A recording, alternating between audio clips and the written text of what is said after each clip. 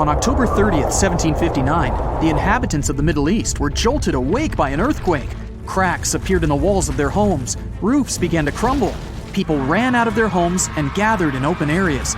But because of strong shocks, they kept losing their footing and falling.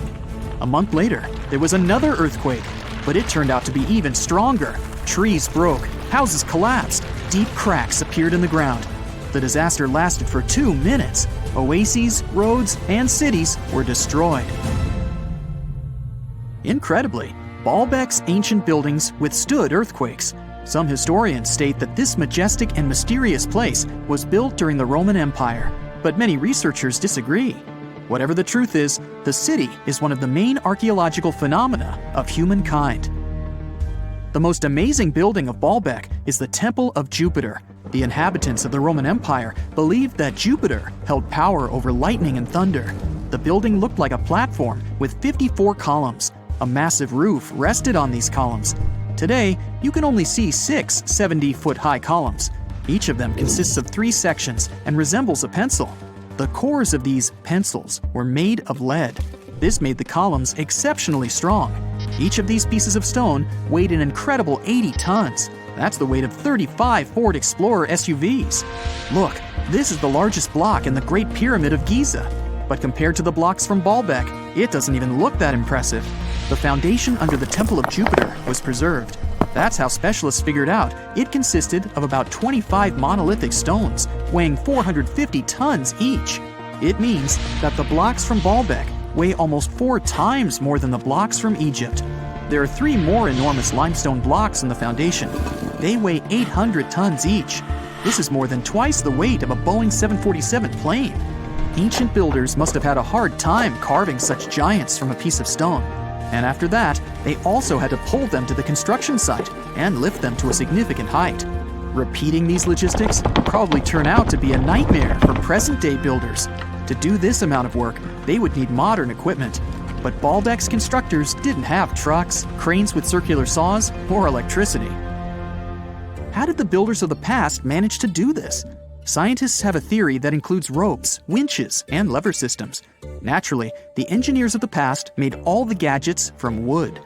Around 3,000 feet away from the ruins of the temple complex, there's a quarry. Archaeologists suppose that's where the stones for the construction were cut. They found a block of limestone there. It seemed to be too large, even for this incredible place. The monolith got called the Stone of the South. It was 65 feet long and 13 feet wide. The ancient builders didn't have time to completely separate it from its mother rock. A group of scientists from Austria estimated that this piece of limestone weighed more than 1,000 tons. That's like 3 Boeing aircraft or 160 African elephants. There was another surprise awaiting the archaeologists near the Stone of the South. It was the second monolith that weighed more than 1,200 tons. But the ancient builders didn't stop at that. They continued to work. In 2014, in the same quarry, German archaeologists unearthed a block that weighed 1,650 tons. No one has figured out yet why people of the past needed a piece of stone that weighed as much as 125 school buses. It's also unclear how they were going to move this giant and why they didn't finish the job. In any case, this third monolith is the largest processed piece of stone in human history. There are more questions than answers. Some researchers believe that people of the past had high-tech equipment. Others don't think so, but are eager to understand how the builders managed to move those stones. There's a huge number of ancient buildings and artifacts on the planet. Lots of them make researchers scratch their heads. Near the Pyramid of Djoser in Egypt, archaeologists have found a network of tunnels. This place is called Serapeum. It contains 24 sarcophagi weighing from 70 to 100 tons. The giant boxes are carved from a single piece of granite and covered with heavy lids. The sarcophagi are perfectly symmetrical. To the touch, their walls are as smooth as glass. Even with the current level of technology, this is very difficult to do. But the ancient Egyptians managed this feat. The Lycurgus cup is a priceless artifact and example of ancient nanotechnology. It's made of glass that can change its color. If you put a source of light in front of the cup, it turns green. If the light is behind the goblet, it becomes deep red. In this case, the figure of Greek king Lycurgus turns pale purple. Scientists understood how this color change worked only at the end of the 20th century. Through microscopes, they saw nanoparticles of silver, gold, and copper. They had been added to the glass matrix. Thanks to this, you can observe a color change called dichroism. Interestingly, the gold and silver were grounded into a fine dust. It's almost impossible to do this by accident. Most likely, the ancient experts knew for sure what they were doing. Bolivia has a curious place called Puma Punku. It looks as if an ancient giant played there with an enormous construction set. And after the game, they forgot to put the pieces back into the box. But there are no giants, and the huge stone blocks were carved by ancient builders over 1,500 years ago. Some of the rocks weigh 100 tons. The blocks were brought to an altitude of almost 13,000 feet above sea level from the quarry 60 miles away from the construction site. There's no forest in that area. This means the builders couldn't use trees to make wooden rollers. The monument belongs to the Inca civilization. Scientists are sure they didn't know anything about wheels. In 1992, the inhabitants of a Chinese village decided to drain a pond. Their ancestors had been using it to wash clothes and catch fish for hundreds of years. They kept pumping the water out for 17 days. At the bottom of the reservoir, they made an unexpected discovery. The villagers saw an entrance to a cave going down to a depth of 100 feet. The incredible find was named the Longyou Caves. Unknown builders carved out 320,000 square feet of galleries. There are separate rooms, bridges, pools, and columns that support the ceiling. The walls of the cave are covered with strange carved lines and patterns. Scientists haven't found any information about who built the caves and why they did it. The construction technology also remains a mystery. Antonio Stradivari lived in Italy in the 18th century. He created musical instruments. More than 600 of his works have survived to this day. 500 of them are violins. One of the instruments was sold at auction for $16 million. The violins made by this master sound clear and deep. Researchers can't understand why Stradivarius instruments produce such unique sounds. Perhaps it's all about the varnish the master used to cover the violins. The answer may also lie in the wood the instruments are made of. In those days, Europe had a cold climate. Because of this, the wood became denser, and the instruments made of it sounded especially pleasing to the ear. In the Indian city of Delhi, there's a 23-foot-high pole. It weighs 6.5 tons and is made of 98% wrought iron. The 1,600-year-old pillar has no signs of rust or decay. Scientists believe that the monument is so well preserved thanks to the dry weather and the chemical composition of the metal. It might be resistant to corrosion. And still, researchers don't know how the blacksmiths managed to make an iron pillar that's not afraid of rust. It seems like a tough feat, even for modern metallurgists. The Al-Naslaa rock is divided into two parts by a perfectly straight slit. Each boulder stands on a small pedestal. Some people believe this is the evidence of ancient laser technology. But geologists think the split happened due to the ground shifting or natural vibrations that occurred under the rock. This process led to the appearance of the crack. It had been deepening for thousands of years, and gradually, the natural monument took the form you can see today. You know how it goes. As the years pass, common knowledge slips away faster than you can say, "What's that thingamajig for?" Just think, our grandkids will probably be scratching their heads over the buttons on our old school phones. So it's no wonder that some ancient artifacts have got us all stumped too. Take a look at this funky object. Any guesses on what it is? A musical instrument, a toy, or maybe something out of this world? Beats me, and even the experts have no exact answer. This little guy is a Roman dodecahedron, discovered by some amateur archaeologists near Lincoln, England. It's shaped like a fist and made of a mix of metals. Now, as for what this thingy was used for, that's the million-dollar question. Supposedly, these guys were all the rage back in the day in northern Gaul and Roman Germany. According to some ancient maps, similar dodecahedrons have turned up in Europe, Britain, and even along the maritime Silk Road in Southeast Asia.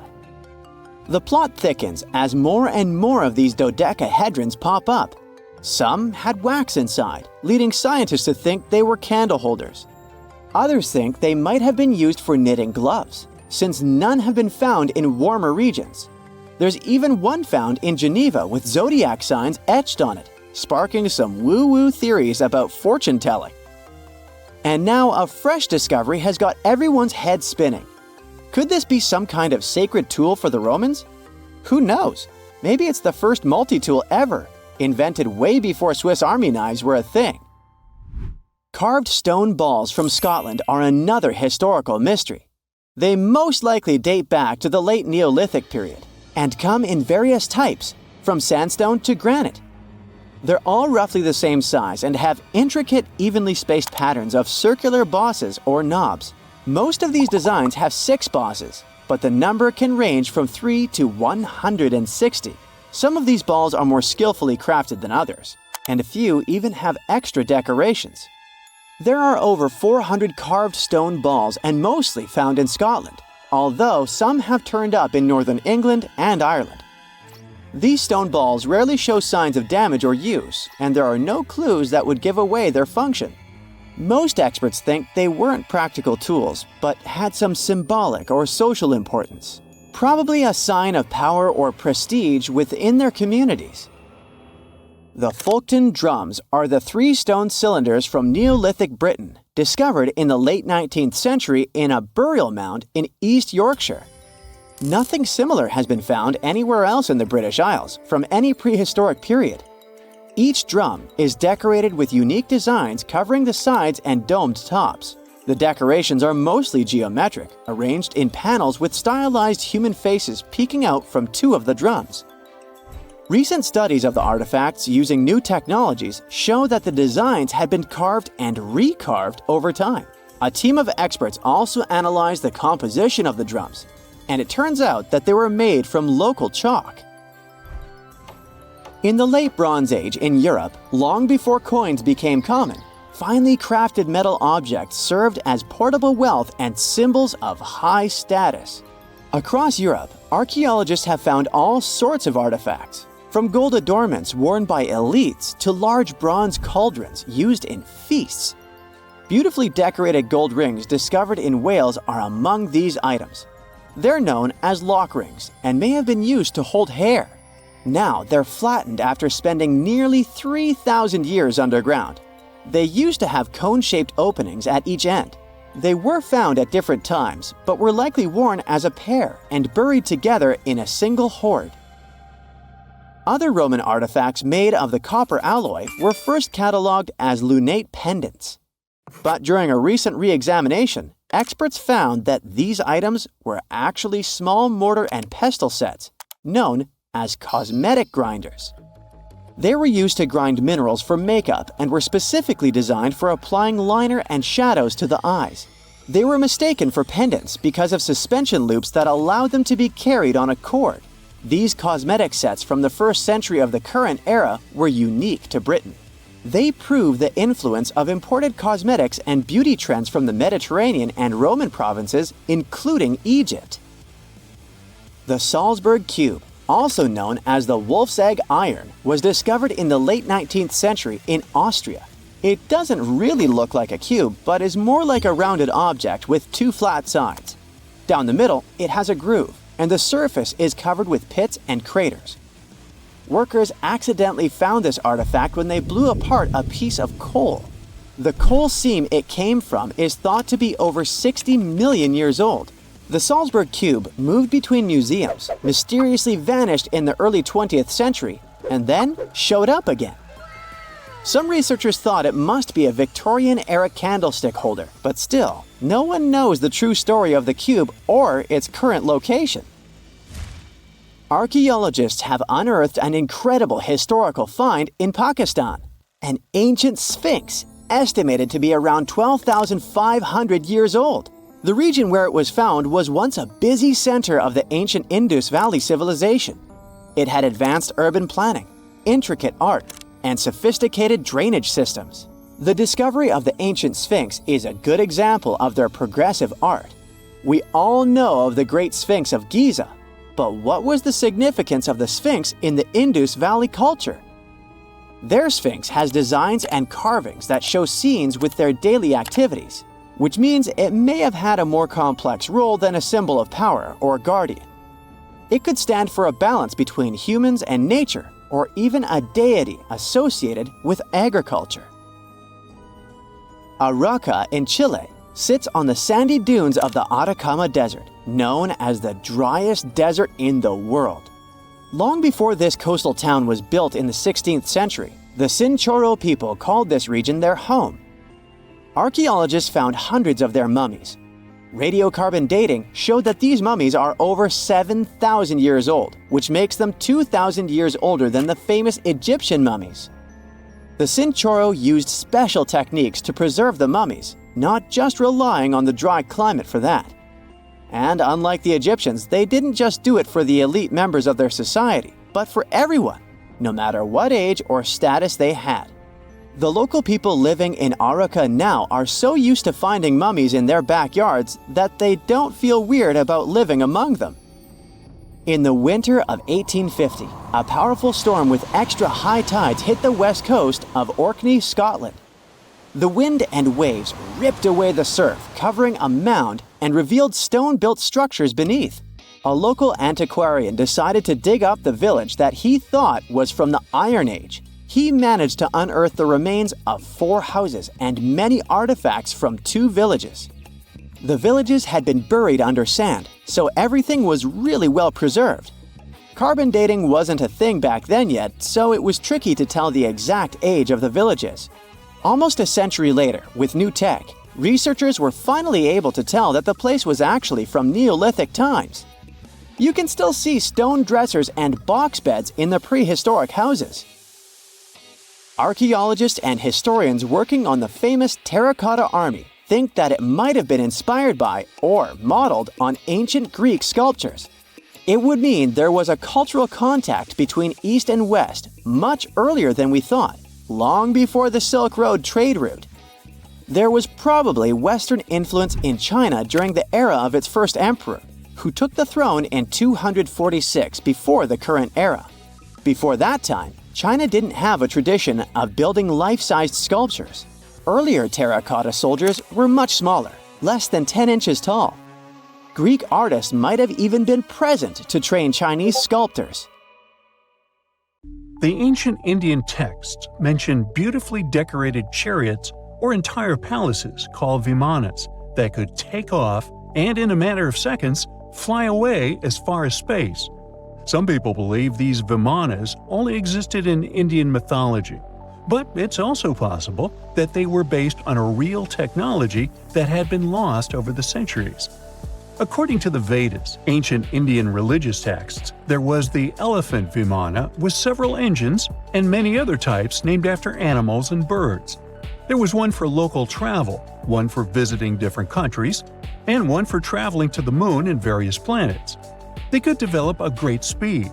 One Vimana had the superpower of invisibility. Another one was shaped like a sphere and was built on the winds produced by Mercury. This Vimana was said to generate an enormous ray like the sun and make noise like the storm's thunder. All the Vimanas were unbreakable and perfect for attacks on foes. Now, to operate a Vimana, you'd need to know a lot of stuff, pretty much like today's airplane pilots. 32 secrets in total. They'd cover the aircraft structure and the secrets of taking off and maneuvering without crashing. That's a good thing. The pilot was also expected to know how to be seen and unseen, how to be hidden, how to be quick, how to manage contractions and expansion, and many other tricks. To hide the flying machine from foes, the pilot was instructed to move to the 8th atmospheric layer above the Earth and use the power of dark solar rays. This instruction might sound a bit weird, but there were others, more realistic ones, which still make sense in modern aeronautics. There are sections of ancient texts on the Vimanas that focus on details like flight paths, pilot training, navigation, and even suitable clothes for pilots and recommended food for long flights.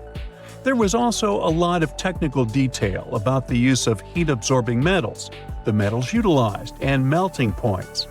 The supporters of the theory that the Vimanas were more than just myths are sure that the ancient Indians would unlikely go into all these details just for a beautiful story.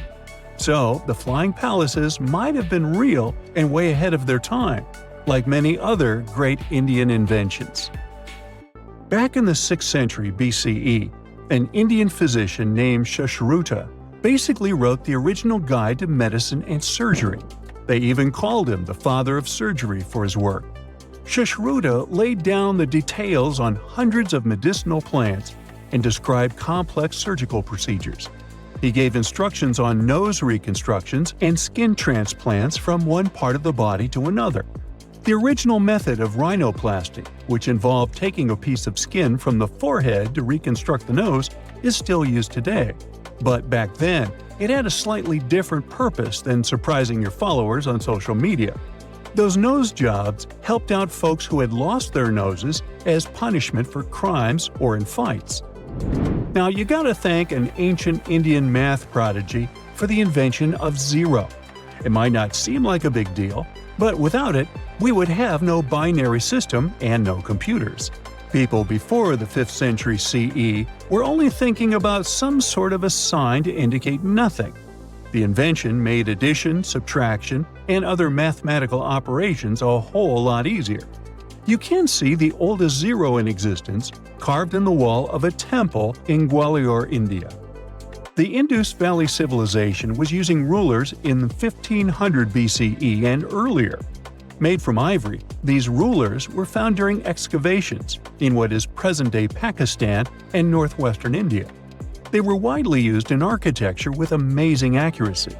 They had units corresponding to slightly over 1 inch that were marked with precise subdivisions within 5/1000ths of an inch. The next invention is more of a concept than a physical item. Standardization is all about setting the rules based on a bunch of people, things, or interests. One of its cool applications that we've all gotten used to is standard weights. Whether you're using pounds or kilograms, you need these universal measurements for weight, right? For this, we owe a big shout-out to the merchants from the Indus Valley Civilization who lived around 4,000 years ago. They were measuring everything from food grains to fancy luxury goods using these standardized weights. And their weights had decimal and binary mathematical systems going on. They didn't have high-tech gear, but they pulled off some serious precision using complex calculations and even sand for construction. Their art of standardization made its way to Persia and Central Asia, basically becoming the global weight-watching standard.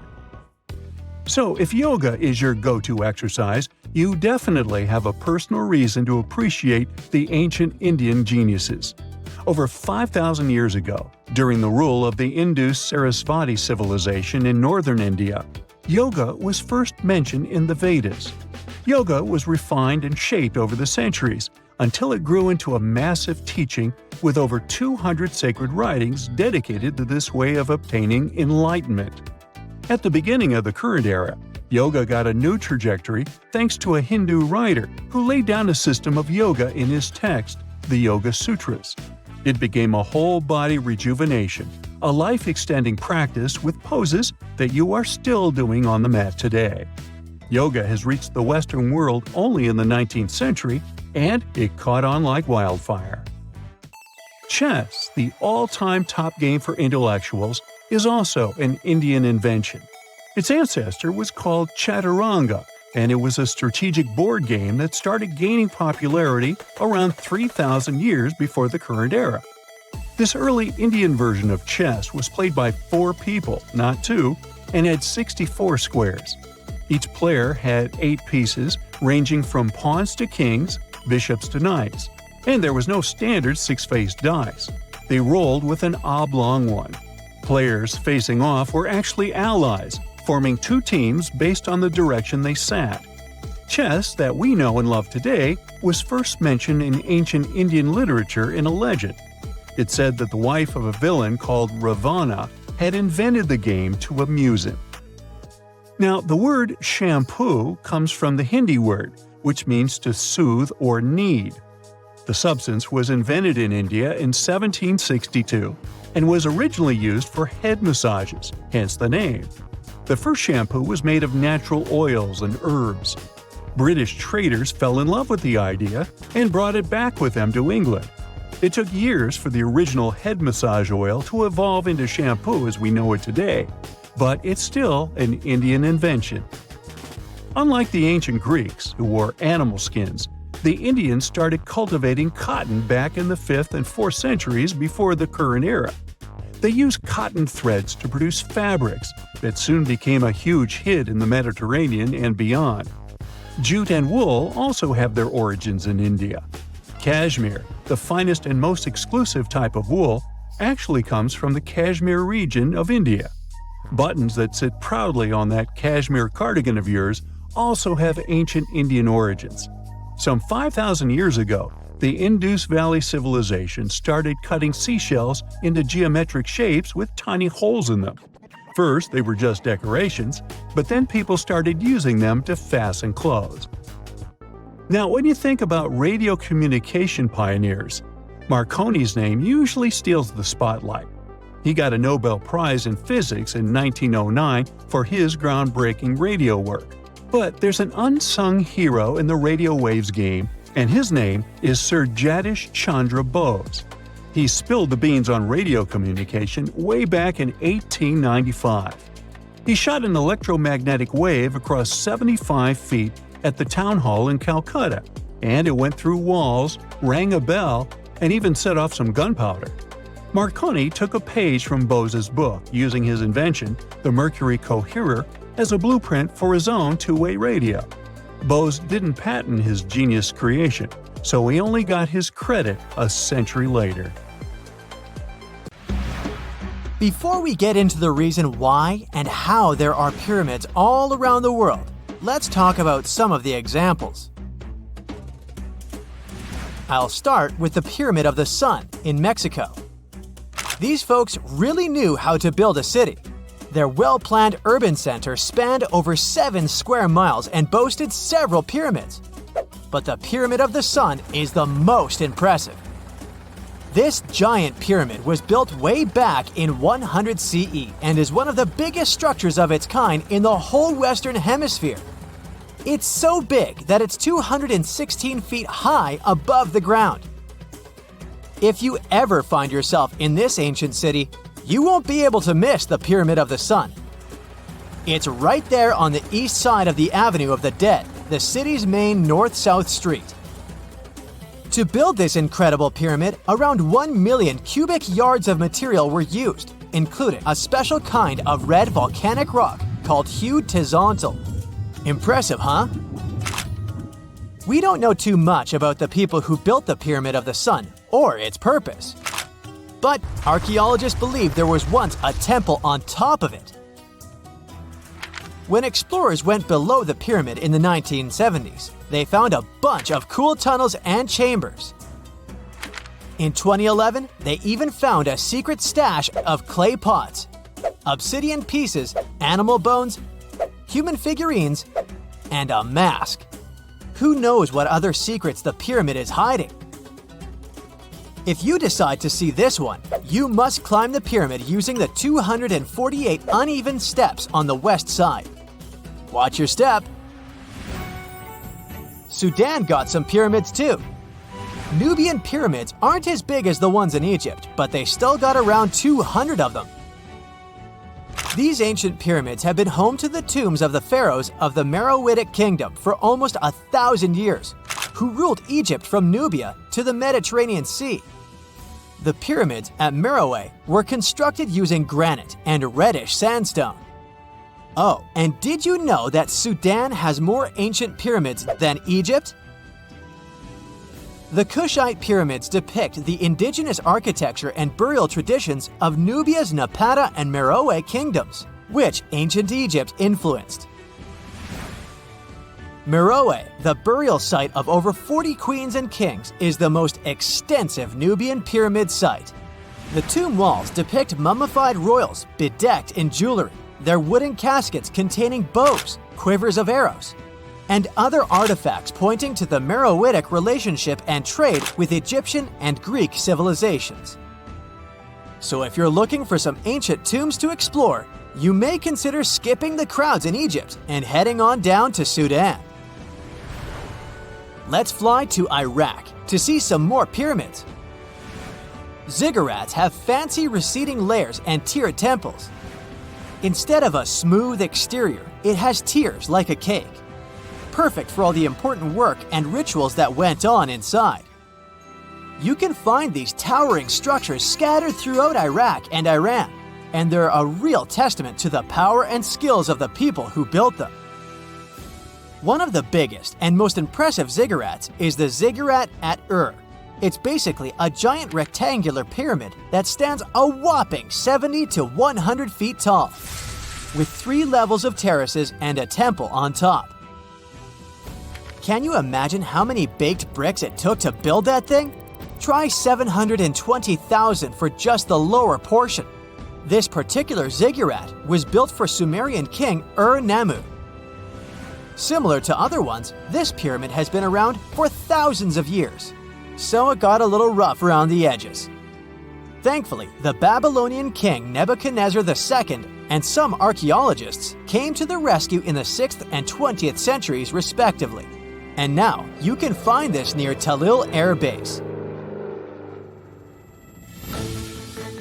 The ziggurat at Ur was built in 2100 BCE by King Ur-Nammu for the moon deity Nana.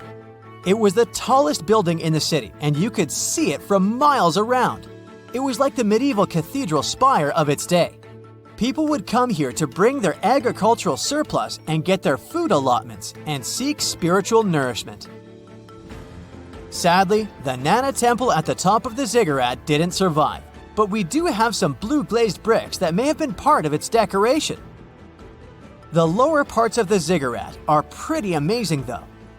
The architects even included holes in the temple's baked exterior to let the water evaporate from its core. Since we explored some of the pyramids on our planet, let's take a broader perspective. They can be found in many parts of the world. Egypt has over 100 pyramids, double that number in Sudan, and dozens of others are scattered in the Middle East and China. The Americas have the most pyramids in total, with more pyramids than the rest of the world combined. These pyramids are located in Mexico, Guatemala, Honduras, and El Salvador. Time to know more about the evolution of pyramids through history. The oldest pyramid is in Egypt. This pyramid was a step pyramid, which was created by placing one layer of stone on top of another. The pharaoh Sneferu is credited with creating the pyramid shape we recognize today. During his 45-year reign, he built 3 pyramids. His first 2 attempts failed, but he finally got it right with the Red Pyramid, which is considered the first true pyramid. It was Sneferu's son, Khufu, who built the Great Pyramid of Giza, which was the tallest human-made structure on Earth for almost 4,000 years. Latin American pyramids are similar to early Egyptian step pyramids, but they were built independently, with no knowledge of each other. The pyramids in Sudan were built around 700 BCE and are tall, but much narrower than those in Egypt. How in the world did all these civilizations build these things without even texting each other? After all, the Aztecs, Mayans, and ancient Egyptians were about as different as possible. But despite their cultural differences, they all seem to agree on one thing. Pyramids were pretty cool. Step pyramids are all around the world because they were the most feasible and stable way to build large and tall structures without access to lighter building materials like wood and metal. The triangular form with a square base is the best way to build a sturdy structure, and having a cube structure would require more material for less height. Now, when it comes to pyramid design, the Egyptian pyramids were like giant triangles with a square base, smooth sides, and a pointy top. On the other hand, the Aztecs and Mayans went for a tiered cake look, with steps leading up to a flat platform on top. So, while all these pyramids share the same basic shape, they have their own unique flair. Each group built its pyramids using different materials, techniques, and slope angles. So while they may have been inspired by each other's work occasionally, they were just doing their own thing. Egyptian pyramids had smooth, angled sides that were designed to help the pharaoh's soul ascend to heaven. The Pyramid of the Sun was built over a series of caves that served as a passageway for the deities. The Maya built the temple of Kukulkan in Chichen Itza to honor the deity Kukulkan, usually represented by a serpent. Nicknamed El Castillo, it has 91 steps on each side, plus a platform. That's 365 steps, one for each day of the Mayan calendar. Tell me, Brightsiders, how were pyramids built? To begin with, humans made them, not a foreign race from space that landed on Earth. You see, one thing that all pyramids have in common is that they were built without advanced tools or even the wheel. It took a lot of people to build them, including skilled laborers and architects. For example, it's estimated that 20,000 people built the Great Pyramid of Giza, and it's believed that most of them were skilled laborers. Building pyramids was a massive undertaking that required years of planning and effort. The Great Pyramid at Cholula, Mexico, took 600 years to complete.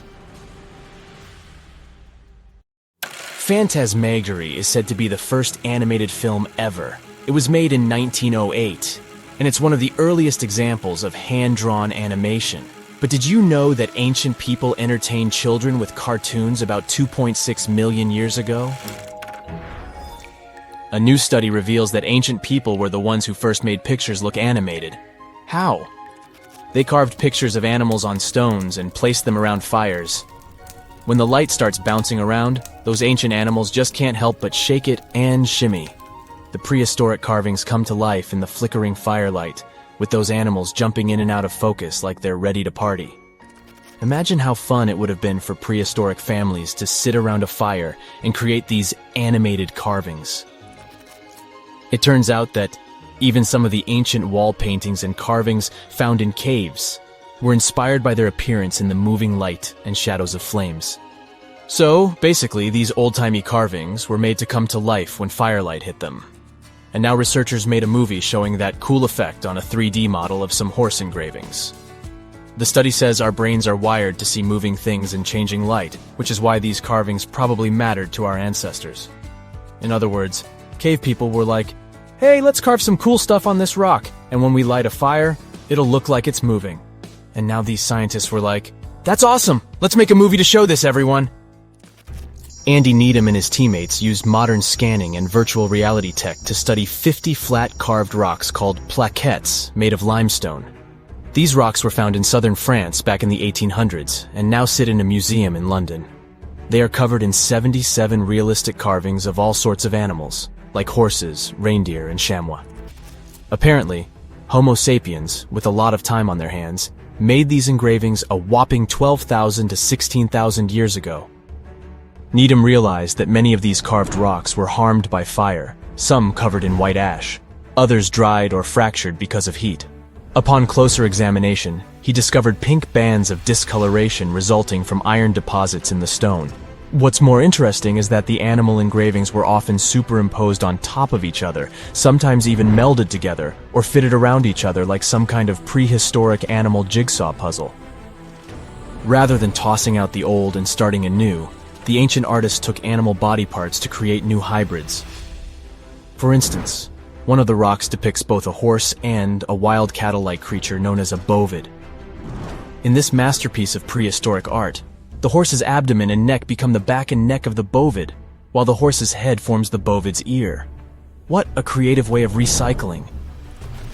Researchers believe that the prehistoric rocks from Montestric were used as primetime entertainment for our ancestors. More than one person carved the animals. People from different levels of skills showed their artistic glory, and it was a group effort.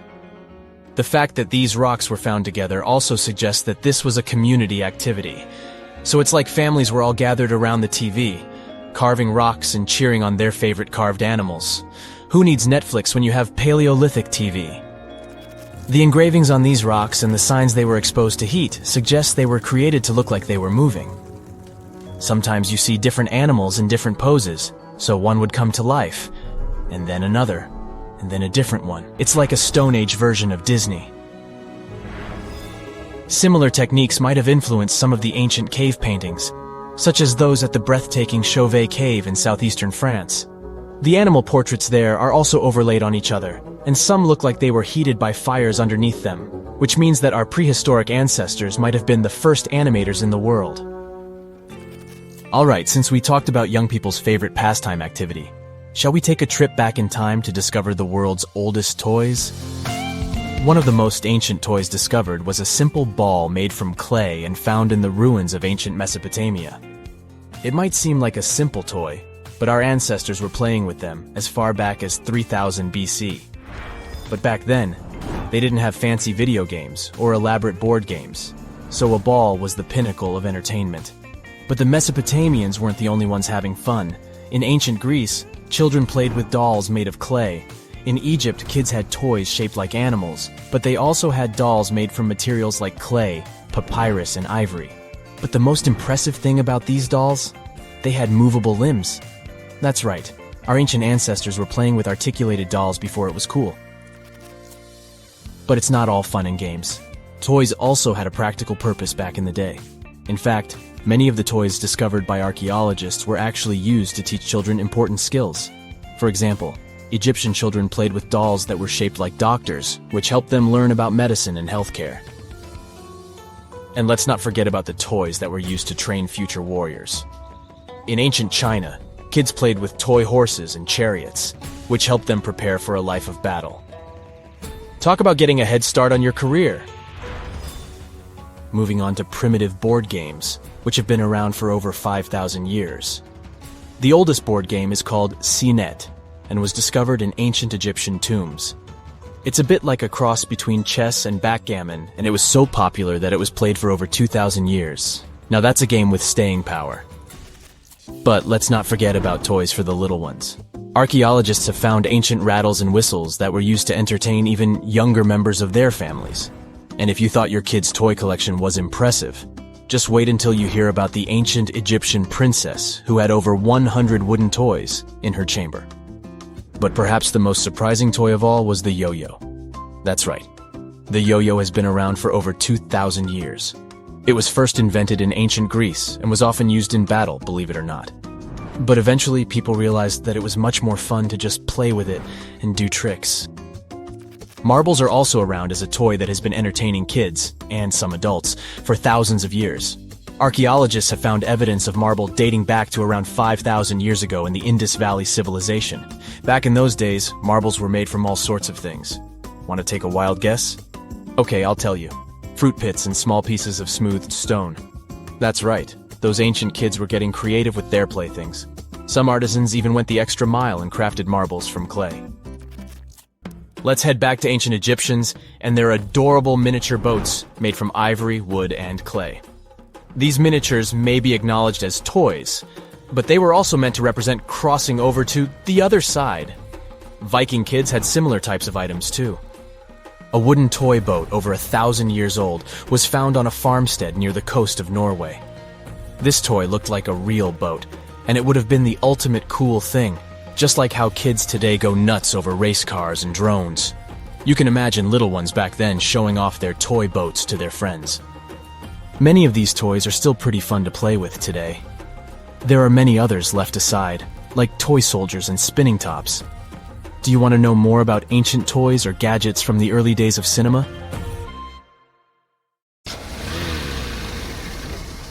And now we're off to almost 5,000 years ago. Let me take you to ancient Egypt, where back in 2550 BC, guess what? The construction of the Great Pyramids of Giza started. People learned to build cathedrals and skyscrapers, but it wasn't until recently that these massive buildings appeared.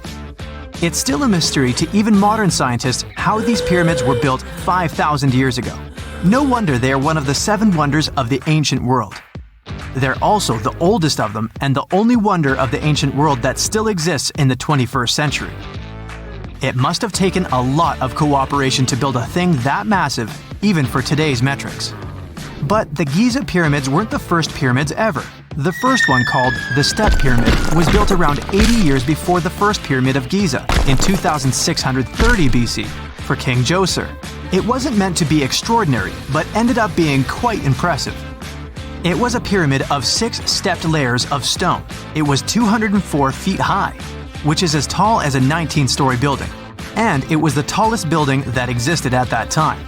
It wasn't just a pyramid though, it was surrounded by a whole complex of buildings, including even courtyards. In ancient Egypt, people believed in the afterlife, so everyone, especially kings, wanted to make sure they had everything they needed to get ready for it. Here's why the pyramid complex was perfectly supplied with a lot of objects people used every day. The complex included a pyramid and a kind of a palace. Those buildings had many things the king loved and might need one day, like furniture, food, and gold vessels. After Djoser, building pyramids became common practice, but many pyramids weren't finished. It would usually take about 20 years to build one, but many rulers reigned way less than that. Overall, there are more than 100 pyramids. The most famous pyramids are the Great Pyramids of Giza. The first one and the biggest one was built for Pharaoh Khufu, around 2550 BC. Initially, it was 481 feet tall, which is as tall as a 40-story building. The second pyramid was built for Khufu's son, Pharaoh Khafre, around 2520 BC. It's just a bit shorter, usually standing at 471 feet high, a 39-story building. This is the pyramid with the famous statue of the Sphinx. Sphinxes have a lion's body and a human head. They were built to guard important areas.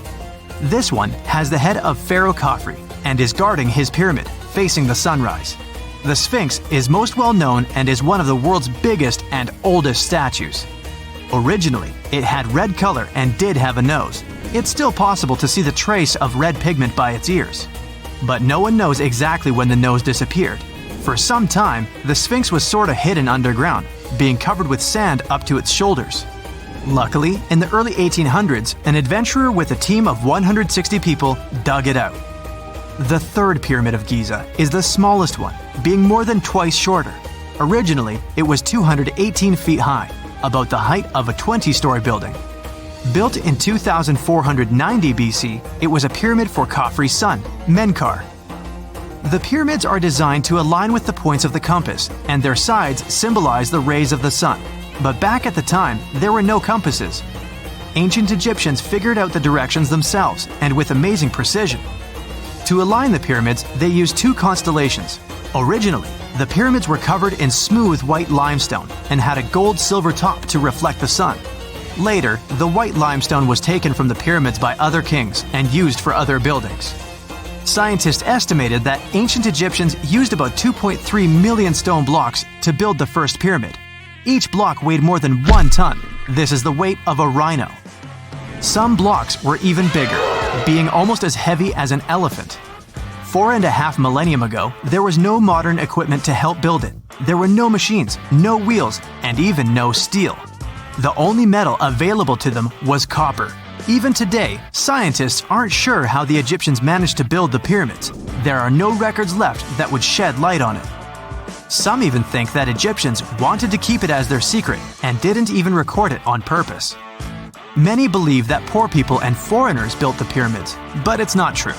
Actually, the builders were very skilled workers, and they were fed and paid well. The archaeologists claim that the builders lived in a nearby temporary city and were a highly organized community with a strong leader. Scientists say that around 20,000 people worked on each pyramid complex, and it took about 20 years to build each. It probably was a national project. The construction site was large in resources, and food and essentials were likely to be contributed from all parts of Egypt. Even with all that support, it remains unclear how people managed to cut, transport, and assemble those huge stones. One of the theories suggests the stones were most likely transported on boats down the Nile River. Then, there was a harder part. They had to be moved to the construction site. For that, they probably used wooden sleds. It wasn't very hard to pull them because the sand mixed with the right amount of water was pretty slick. And 10 people could move a sled even with a rock weighing 1 ton pretty easily. Finally, one last problem. The stones had to be lifted and put into place. Archaeologists have discovered the remains of the ramps system that dates back to when the pyramids were built. Most likely, the Egyptians designed a unique system to move and pull huge stone blocks, but no one knows what it looked like exactly. The most common opinion is that there were several ramps around the pyramid to help move the blocks. The ramp was growing with the pyramid getting higher. They suppose people were walking up the stairs, pulling the stone on the wooden sled up in the middle on the sandy ramp. But this is just one of the options. Others say that the ramps were going around the pyramid. Some say the ramps were inside the pyramid. But we'll never know for sure, and it'll forever remain a mystery, just like the ancient Egyptians wanted. Surprisingly, there's not much inside the pyramids. Most of it is just solid stone with very little open space. But let's take a quick look inside the biggest of the pyramids of Giza.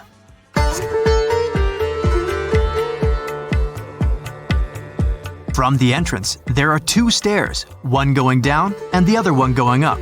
The descending one takes you to a chamber located underground. That's where the pharaohs are, but not in this pyramid because Khufu wanted to stay higher. The underground room is partly unfinished. The room with Khufu's sarcophagus is called the King's Chamber. It's upstairs and then through the tall and long Grand Gallery. Below the King's Chamber, there's a room called the Queen's Chamber. There are no queens though, and no one is sure why the room is called this. Unfortunately, none of these have any hieroglyphs on the wall. They're just bare. If you want to see them, you should go to the other rooms that are decorated. Those pieces of art are depictions of ancient Egypt's culture and daily life. The texts allow researchers to study their language and grammar. Sadly, the treasures that once were here in the pyramid are long stolen. From that room, there are several tunnels for an unknown purpose. There are many tunnels and passages inside the pyramids. There are many chambers and shafts and secret ways. Scientists have been sending little robots with cameras there for some decades already. And the robots did discover another chamber a bit upstairs with hieroglyphs on the walls. But even today, much of the pyramids is still unknown, and there's no so-called building plan of the pyramids. Egyptians did create a mystery no one can crack for 4,500 years already. Scientists recently started to X-ray the pyramid to learn what's inside it without entering it and its narrow, mysterious tunnels. It's 1898, and you're taking part in excavations in Saqqara. This place, not far away from Cairo, is full of ancient tombs and pyramids. You're in your Indiana Jones mood and hope to find something really phenomenal to become famous. Gold, manuscripts, treasure maps, mummies of famous pharaohs. Wait, a wooden bird? You're really disappointed as it looks like a regular toy. An old one, but still. Little do you know that years later, someone would propose that your bird was actually an ancient monoplane. So the artifact, nicknamed the Saqqara Bird, is made of a sycamore tree. The birdie has a wingspan of just 7 inches and weighs around 40 grams. A perfect original souvenir from Egypt, I would say. It's over 2,000 years old and looks pretty plain, without any carvings of feathers or other intricate ornaments. It has a beak and eyes though, which makes our find look like a hawk, the emblem of the deity Horus. Its tail is rather unusual as it's squared, looks weirdly upright, and it seems like the sunken part of it was the place for a now missing piece. Humans love solving a good mystery, so there have been several attempts to explain the use of the birdie. First, quite simply, is that it was a ceremonial object. The second idea is that it was a toy for a child from some well-off family. It could have been some sort of boomerang, which was a popular concept in ancient Egypt. Then there was a theory that the bird had been used as a weather vane. But this one has been debunked as the figure doesn't have any holes or markings, except for the one made at the museum in Cairo to fix the exhibit on a stick. So there was no way to hang it in the past.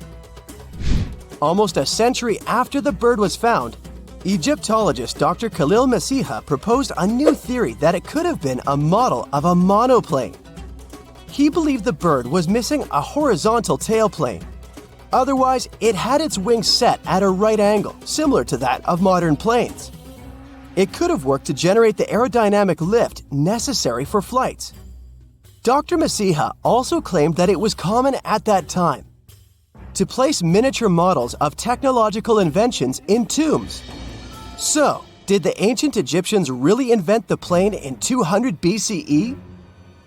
That would make the Wright brothers, who are considered the inventors of aviation, really upset. They made one of their first flights only in 1903. There's just one way to know for sure, and that is to test the model. But you know, the ancient museum in Cairo would unlikely let one of their cherished exhibits fly around like a toy. That's why glider designer Martin Gregory built a similar model, this time of balsa wood, and concluded that even with the missing tailplane, the plane wasn't much of a flyer. Case solved? Not really. This didn't sound convincing enough to the History Channel, so they invited an aerodynamics expert to build another replica of the bird. He tested it in weather conditions similar to those in Egypt and was impressed with the little plane's abilities. So, if they did invent the prototype of a plane back in the times of pharaohs, it would be a good example of an oupart. That's an out-of-place artifact, an object that's way ahead of its time in terms of technology or history. And the Saqqara Bird isn't the only example of such a revolutionary concept.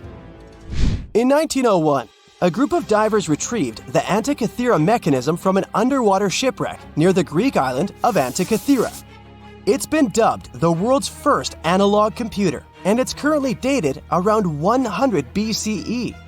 The bronze mechanism could tell the position of the sun, moon, planets, and stars, as well as the lunar phase, the dates of upcoming solar eclipses, and even the speed at which the moon moves through the sky. No one's sure who used it and how or where it was made. But it's obvious that it's extremely precise and way too advanced for its time. The first flushing toilets in the world were invented in the middle of the 20th century. Just kidding. The ancient Minoans on the Mediterranean island of Crete and the Indus Valley civilization both came up with this brilliant invention at the same time, around 4,000 years ago. The plumbing and sanitation were so well done that no one managed to design anything better until 2,000 years later. One ancient Minoan lavatory was discovered at the Palace of Knossos. It looks like it had a wooden seat set over a tunnel that directed water from a rooftop reservoir to an underground sewer. Other varieties got water from jugs. Only the super rich people could afford all this glory. So if you wanted to shop for real estate back then, the flushing toilet would be a telltale sign you were in the rich neighborhood. Automated doors became a cool, seemingly new invention back in 1931. But the technology behind them is actually much older. Think the 1st century CE old.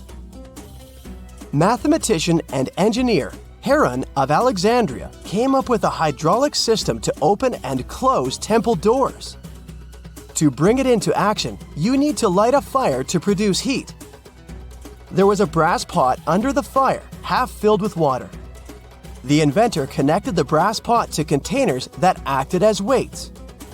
When the fire was burning, the water moved into the containers. They went down and pulled the ropes. It was nothing like a supermarket door that opens in front of you before you even have time to think. Heron's door took hours to open, and there was no way to stop the process. That's why they only opened the doors once a day before people entered the temple, to add some mysticism at the temple during ceremonies. Spooky. Looks like the first ever battery was invented in Baghdad around 2,000 years ago. A German archaeologist found this oval-shaped clay jar in 1938. Scientists are still not sure what purpose it served and who exactly invented it. There is a theory that it was used for electroplating objects with precious metals. When they filled it with a weak acid like vinegar, the battery produced around 1 volt of electricity. Another theory says it was a vessel for sacred scrolls. Would you like to buy contact lenses designed by Leonardo da Vinci himself? In 1508, he invented a glass lens with a funnel on one side. You were supposed to wear it with water inside to improve your vision. Sounds a bit uncomfortable, doesn't it? So, around a century later, French scientist René Descartes decided to improve the idea and make the cornea contact the future lenses. Contacts because they contact your eyes, get it? The glass tube with liquid did help improve vision, but blinking was sadly impossible. 2.5 centuries later, new technologies in the glass industry let scientists design contacts that would fit in the eye and even let the wearer blink. Thanks, guys! Still, those lenses were made of heavy blown glass and didn't let the eye breathe. About 50 years later, contacts became plastic, lightweight, unbreakable, and scratch-resistant, but still covering the entire eye. And then, in 1948, an English optical technician accidentally sanded down a plastic lens and figured out they'd still be in place even if they covered only the cornea. Imagine you're living in 19th century London and need to send a message to New York. It would have taken about 10 days to get there by ship. So when delivery time went from days to hours in 1858, it was a true sensation. The first message was sent by Queen Victoria herself. It was all made possible thanks to the transatlantic telegraph cable, running under the ocean. Sadly, the new cool invention only lasted a few weeks. It took years to bring it back to life. You have heard about Nikola Tesla. You have definitely heard about the Great Pyramids in Egypt. But what if I told you that Tesla may have probably uncovered the ancient mysteries surrounding the pyramids? Wait, what? Is this a crossover episode? Nope. It's highly probable that the secrets of the pyramids are hidden in plain sight. But first, let's recap what we know about the pyramids. What's so mysterious about them? I mean, they are just old quirky buildings, aren't they? One of the biggest questions is how they were built. Some people think that the pyramids were created by people using only their hands and muscles. But others think that there might have been some kind of crazy energy source that we don't know about yet. Like, what if aliens helped out or something? Just kidding. But this idea of some unknown energy source being used to build the pyramids has been around for ages. Even in old texts, like the pyramid texts, it talks about how the gods gave us something to build a great power. So maybe there was something really powerful and mysterious going on back then? Who knows? Back in the early 1900s, he got obsessed with the Great Pyramids of Egypt. He read numerous books about these ancient structures and was blown away by how much energy they seemed to have. At that time, not many people knew much about electricity, and Tesla started to wonder if there was some kind of advanced tech hidden in the pyramids. He had an idea that the power of the pyramids had to do with electromagnetism, and he put a lot of time and effort into trying to figure out the mystery. Tesla had some pretty unusual theories about the Great Pyramids. He thought that they could actually store and move electricity, which could then be used to power up the areas around them. He also had this theory that the pyramids were built using some kind of crystal energy. He believed that the chambers inside the pyramids could have these super powerful crystals that could control the electromagnetic fields. But that's not all. Tesla also had this idea that the materials used to make the pyramids had properties that allowed them to trap energy from the sun and the moon. And not just a little bit of energy. He thought that the pyramid could actually create this massive energy field that could light up whole cities or even brighten up dark places. He thought that the pyramids could be used as giant power plants to generate electricity and run machines. Tesla even believed that the pyramids were somehow linked to cosmic energy, which could be used for spiritual enlightenment and healing. How very new age of him. Anyway, Tesla wasn't just pulling these ideas out of thin air. He was seriously into studying everything he could about the pyramids, from ancient artifacts and texts to hieroglyphs and drawings. And he came up with this idea that the pyramids were designed to be energy amplifiers, and some kind of unknown energy source was used during their construction. Some people thought Tesla was eccentric for coming up with these theories, but his ideas have actually had a huge impact on the way we think about the pyramids today. Researchers and scholars have been digging into his theories for years and using them to uncover some of the biggest mysteries surrounding these ancient structures. For example, Recently, scientists have used theoretical physics to investigate how the Great Pyramid of Egypt would react to certain radio waves. They found out that if the radio waves were a certain length, the pyramid could concentrate the energy inside its rooms and focus it under its base. The scientists did lots of calculations to figure this out. They first thought about what radio wavelengths would work best. Then they made a model of how the pyramid would react to the waves. They figured out how much of the energy from the waves would get absorbed or spread out. Lastly, they checked how the energy would move around inside the pyramid when the waves hit it. To help explain all of this, the scientists used something called multipole analysis. This is when you take a complicated object and break it down into simpler parts. Then you can see how each part interacts with the energy that's coming in. It's like taking apart a puzzle to see how each piece fits together. The researchers are interested in how all of this can be used in the future. They want to make really tiny particles that can do the same thing as the pyramid, but with light. By changing the size, shape, and the material of these particles, they can control how the light moves around them. This can be really useful for things like making tiny sensors or super efficient solar cells. The scientists had to make some guesses when they were doing their research.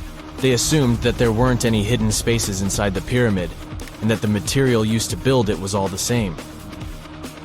But even with these guesses, they still made some pretty impressive discoveries.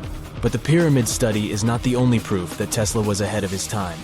There are more Tesla's projects that seemed unrealistic at the time, but that scientists and enthusiasts reevaluate and try to implement today.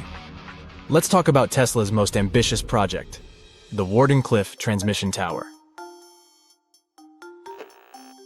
Back in 1900, Tesla was already a big shot when it came to electrical engineering in America.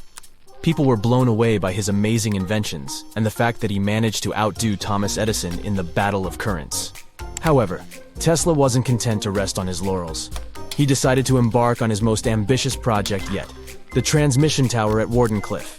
It was built between 1901 and 1905, and it was based on one of Tesla's breakthrough ideas. He had a vision to make the impossible possible by creating a global wireless communication system. It would use Earth itself as a conductor, transmitting music, news, stock market reports, secured military communications, and even facsimile images. Does it sound familiar? Right, it sounds just like the internet that we use today, only without the use of any wires. But Tesla had a much bigger dream in mind, to transmit power wirelessly. He already proved that high-frequency signals could be sent without any wires using his Tesla coil transformers, and this sparked his obsession with wireless energy transmission. His vision was to not only transform the way we communicate, but also to find a way to transfer power currents globally by tapping into the Earth's natural energy.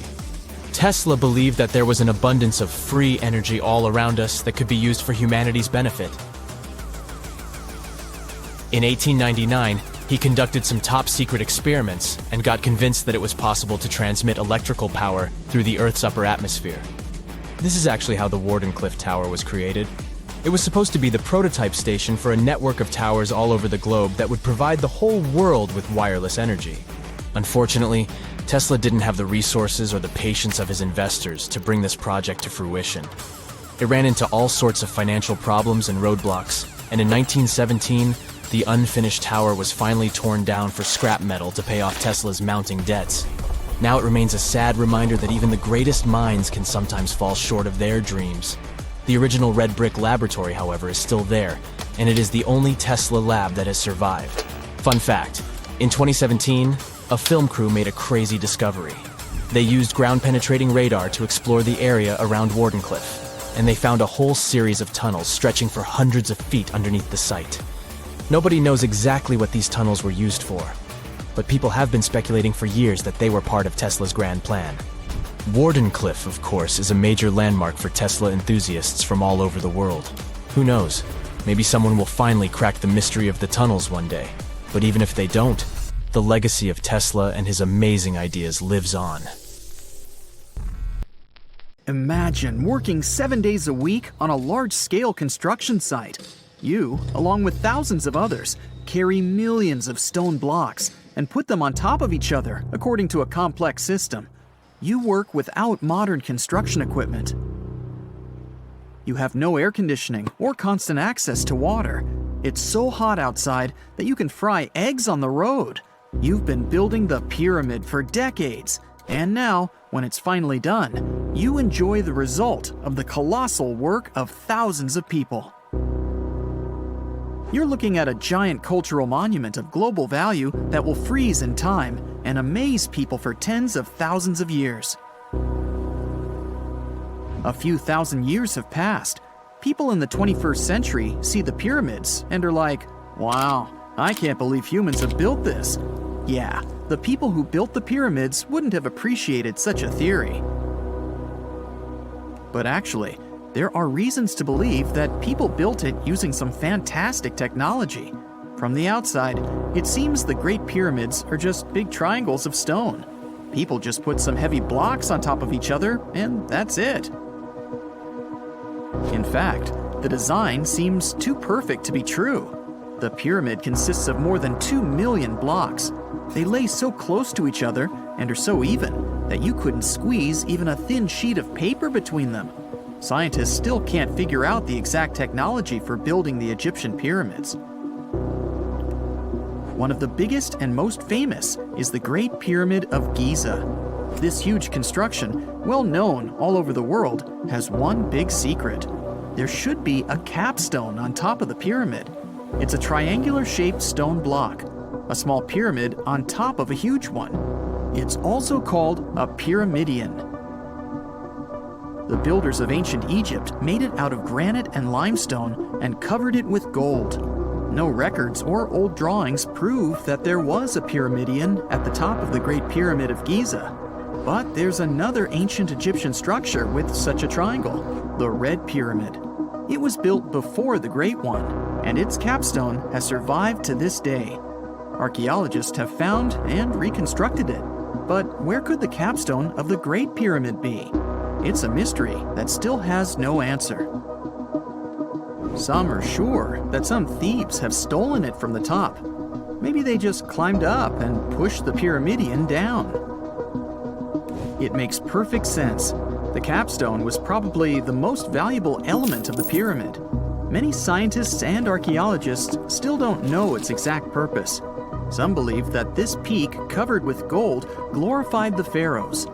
The capstone reflected moonlight at night and illuminated the entire space around it. During the day, the capstone reflected sunlight with its shiny surface. You could have noticed it from afar. The top of the pyramid was a kind of guiding star for lost travelers. All other stone blocks of the pyramid consist of limestone. People polish them to make them look shiny. In the past, they were even glowing and reflected light. You could see glowing pyramids from space, although they looked like tiny lights. Over thousands of years, winds, sandstorms, and rains have changed the pyramid's appearance. If people had taken care of them all this time, they would have looked like something out of science fiction movies, or the pyramids from Las Vegas. But unfortunately, we will never see their original appearance. Some archaeologists and scientists believe that the capstone could absorb the sun's energy and distribute it evenly throughout the pyramid. No one knows precisely why the Egyptians needed this technology. There's a theory the pyramids are ancient energy systems. The pharaohs applied this energy to use some unique technologies that were more advanced than all the achievements of the 21st century. And the triangular shape of the pyramids was ideal for boosting this electromagnetic energy. In theory, solar radiation, or electromagnetic forces, accumulated at the top of the pyramid, filled the inner rooms, and then went down the walls to the base. Any surface distortion could prevent the flow from spreading, so they had to create a perfectly smooth surface. That's why they installed the blocks so that nobody could squeeze a needle or razor blade between them. Many people believe in this theory because they built the pyramids from limestone. This material can hold energy inside itself. In the inner part, they created granite deposits to cause air ionization, that is, to create an electric charge. They also dug channels under the pyramid for water to transmit electricity. and at the top, they put a gold capstone, the best conductor of electricity. So, this is how you get a great power generator. Different cultures used similar technologies to create electricity all over the world. But these are all theories. If it had been working, humanity would have used these technologies today. There are mentions of the metal industry, chemistry, engineering, physics, mathematics, and astronomy in some ancient records. Most scientists don't believe in all these things. We know the detailed stages of the technology's development in different cultures. In the 21st century, scientists, historians, and anthropologists can track the evolution of all modern devices. If people had created some technological inventions in ancient times, the history of the world would have looked different. Perhaps all the achievements of antiquity could have been wiped off the face of the earth by global cataclysms, and it can happen to us. Just imagine how people would dig up a laptop in 5,000 years. Perhaps they wouldn't understand what kind of device it is. Another Egyptian wonder surrounded by mystery is the statue of the Sphinx. The Egyptians carved it out of a single massive piece of limestone about 4.5 thousand years ago. But scientists still don't know the exact date of its construction or who built it. People painted the Sphinx in different colors, so it looked much brighter and more vivid in the distant past. It was shining just like the Great Pyramids. Anyway, time hasn't only changed its appearance, but its name too. Initially, the Egyptians called it Hor-Emeket. The Greeks renamed it the Sphinx about a few hundred years after it had been built. The Sphinx emphasized the greatness of the rulers of Egypt. It also performed a symbolic function of a watchdog guarding the tomb of the pharaoh and the paths leading to it. This version sounds realistic, since archaeologists have discovered many secret entrances at the foot of the Sphinx. Perhaps these rooms and intricate tunnels lead to underground halls with treasures. And treasures don't always mean gold and jewelry. According to legends and theories, the Sphinx guards the Hall of Records, the storage of all humankind's knowledge. The information about the ancient mythical state of Atlantis could be there. You can find many detailed maps of the internal dungeons of the Sphinx on the internet.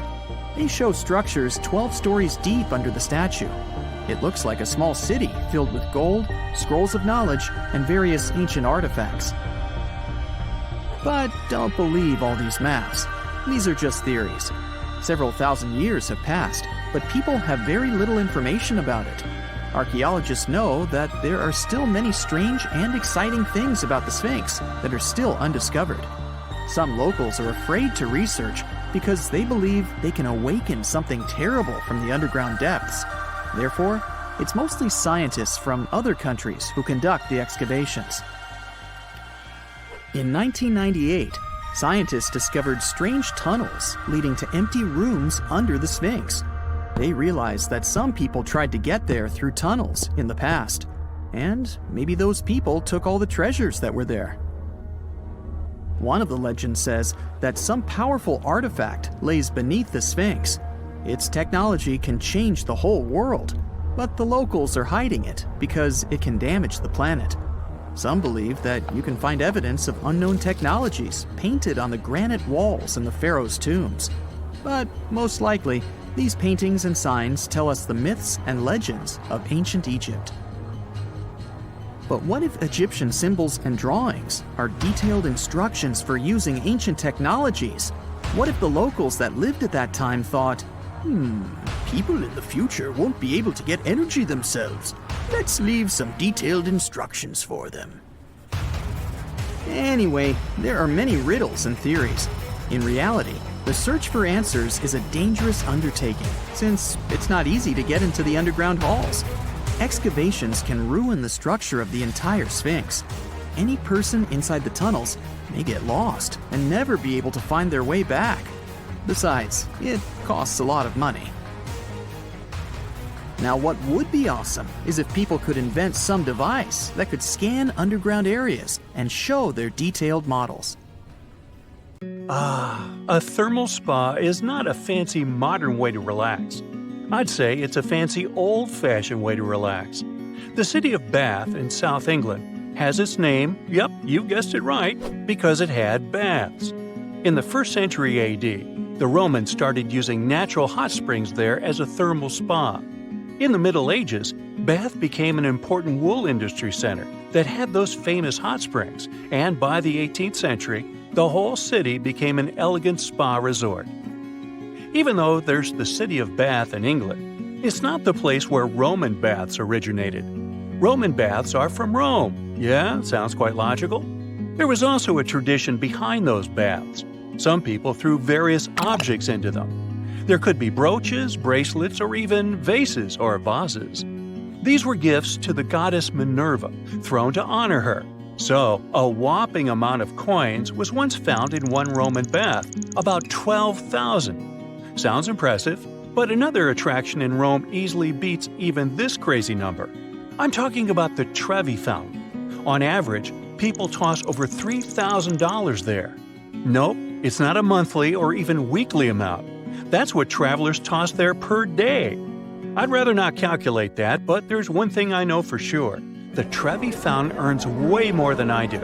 By the way, one guy named Roberto Circella has been fishing those coins out with a magnet for 34 years and could get up to $1,000 per night.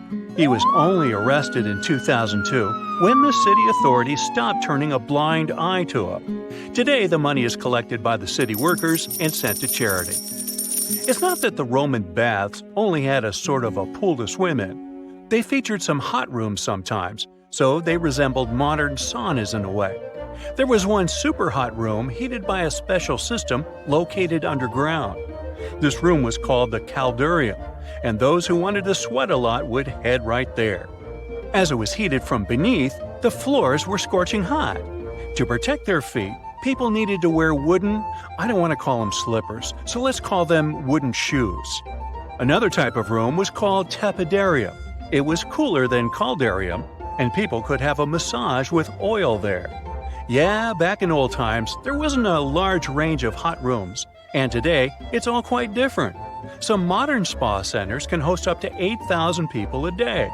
Like there's a spa center near Munich with almost 2 million square feet of space and 26 different hot rooms. This spa center is considered to be the largest in the world. Now, it's not that the ancient Roman baths only had 2 rooms and both of them were hot. There was also a special changing room called a poditarium. There were no lockers back then, and historians claim thefts in Roman baths were quite common. There was also a gym in those baths. The room was called palestra, and people could exercise there. For example, weightlifting was pretty popular. There were also such rooms as sudatoria and laconica, super dry rooms where people sweated a lot, and natatio, which was basically an open-air pool. Once people had relaxed, bathed, and exercised enough, they headed to the frigidarium at the end of the day. Frigidarium sounds like fridge, huh? Right, it was a cold room with cold baths where the bathers would cool down after hot procedures. We're back to English Roman baths, and sorry to break it to you, but you aren't allowed to swim here, at least now. The problem is that back in the 1970s, dangerous bacteria were found there, and they even caused a fatal disease in a girl who swam there. After that tragic event, everyone was forbidden to swim in those Roman baths. The water was then thoroughly inspected, and it turned out that it was polluted. Plus, there lives a particular species of dangerous amoeba. What's weirder is that the very same baths had been previously used to provide water cure treatments. Those treatments had even been prescribed by the NHS for over 30 years, from 1948 to 1976. Those who want to enjoy safe thermal baths, you've got plenty of options to pick from. For example, you may want to consider traveling to Hungary. This country may be landlocked, but it has an incredible amount of thermal water sources, about 1,300. Its capital, Budapest, alone has 123 sources. And when it comes to bathing, the season doesn't matter. Soaking in thermal waters is a part of the national culture there, and this culture dates back to Roman times. The Hungarian baths are as stunning as the Roman ones. Look here, it's Gellert Furter, and it's believed to be one of the most elegant baths out there. Tile mosaics, yes please. Intricate column, there you have it. Frescoed ceilings, sure thing. What's curious about Hungarian thermal waters is not only are there hot water springs, but there's even an entire thermal lake. It's called Lake Hiviz, and the water there is warm enough to have baths even in winter. Yeah, you won't spend an hour there swimming, but you'll definitely be able to at least dip in. Also, lotuses are growing on its surface. The medicinal water lake is about 10 acres, so no wonder you can even see some boaters there. The lake's pretty large. Anyway, Roman baths aren't only about getting clean, swimming, and relaxing. They're also about feasting, social interactions, and fun. So when Romans went to those baths, they would have various snacks, for example, fruit and cakes, but some people would eat even oysters. Also, it was quite typical to play games, such as tabula, which is an ancient board game. Also, there was enough room for ball games. The Romans loved a game called trigon. The game of catch was played by 3 people with 3 balls. All those activities were held in Palaestra, the exercise room, remember? As for getting clean and getting a rub down, sure thing the Romans didn't have the fancy body washes we have today. One of the best-loved products was, surprisingly, oil. Now look here, see that quaintly shaped piece of metal? It's called a strigil, and it's a sort of ancient washcloth. Yeah, the washing procedure was quite different back then. Today, we lather the shower gel and rub the body with a washcloth. But in ancient times, people had another approach. The Romans would cover their bodies with oil, which would soften up the dirt on the skin, and then they would scrape the oil and all the dirt off. Want to learn one more crazy fact about ancient hygiene? Ancient Romans didn't bother much about privacy. Their toilets consisted of stone slabs with holes without any dividers. So people would come there to do their business and maybe casually talk. They would also share a sea sponge used for wiping. Ooh, too much sharing. To make the whole process even more comfortable, the Romans would fix the sponge at the end of a stick. It was usually soaked in a container filled with vinegar or salty water. Well, when in Rome, I ain't doing that. Even though the fact about a shared sponge may sound gross, it seems like the Romans did care about hygiene. The Roman baths were accessible to everyone, both the rich and the poor. The baths would normally open at lunchtime and would close at dusk. The entrance fee was small, it only cost 2 denarii. Denarii was one of the smallest denominations back then. It's hard to say how much it's worth in today's dollars, because it has no monetary value now. But historians claim it wasn't much. More so, on some occasions, for instance, on public holidays, there was no entrance fee, so anyone could hang out in the Roman baths for free. 2 centuries ago, a 31-year-old Frenchman stormed into his brother's office in Paris.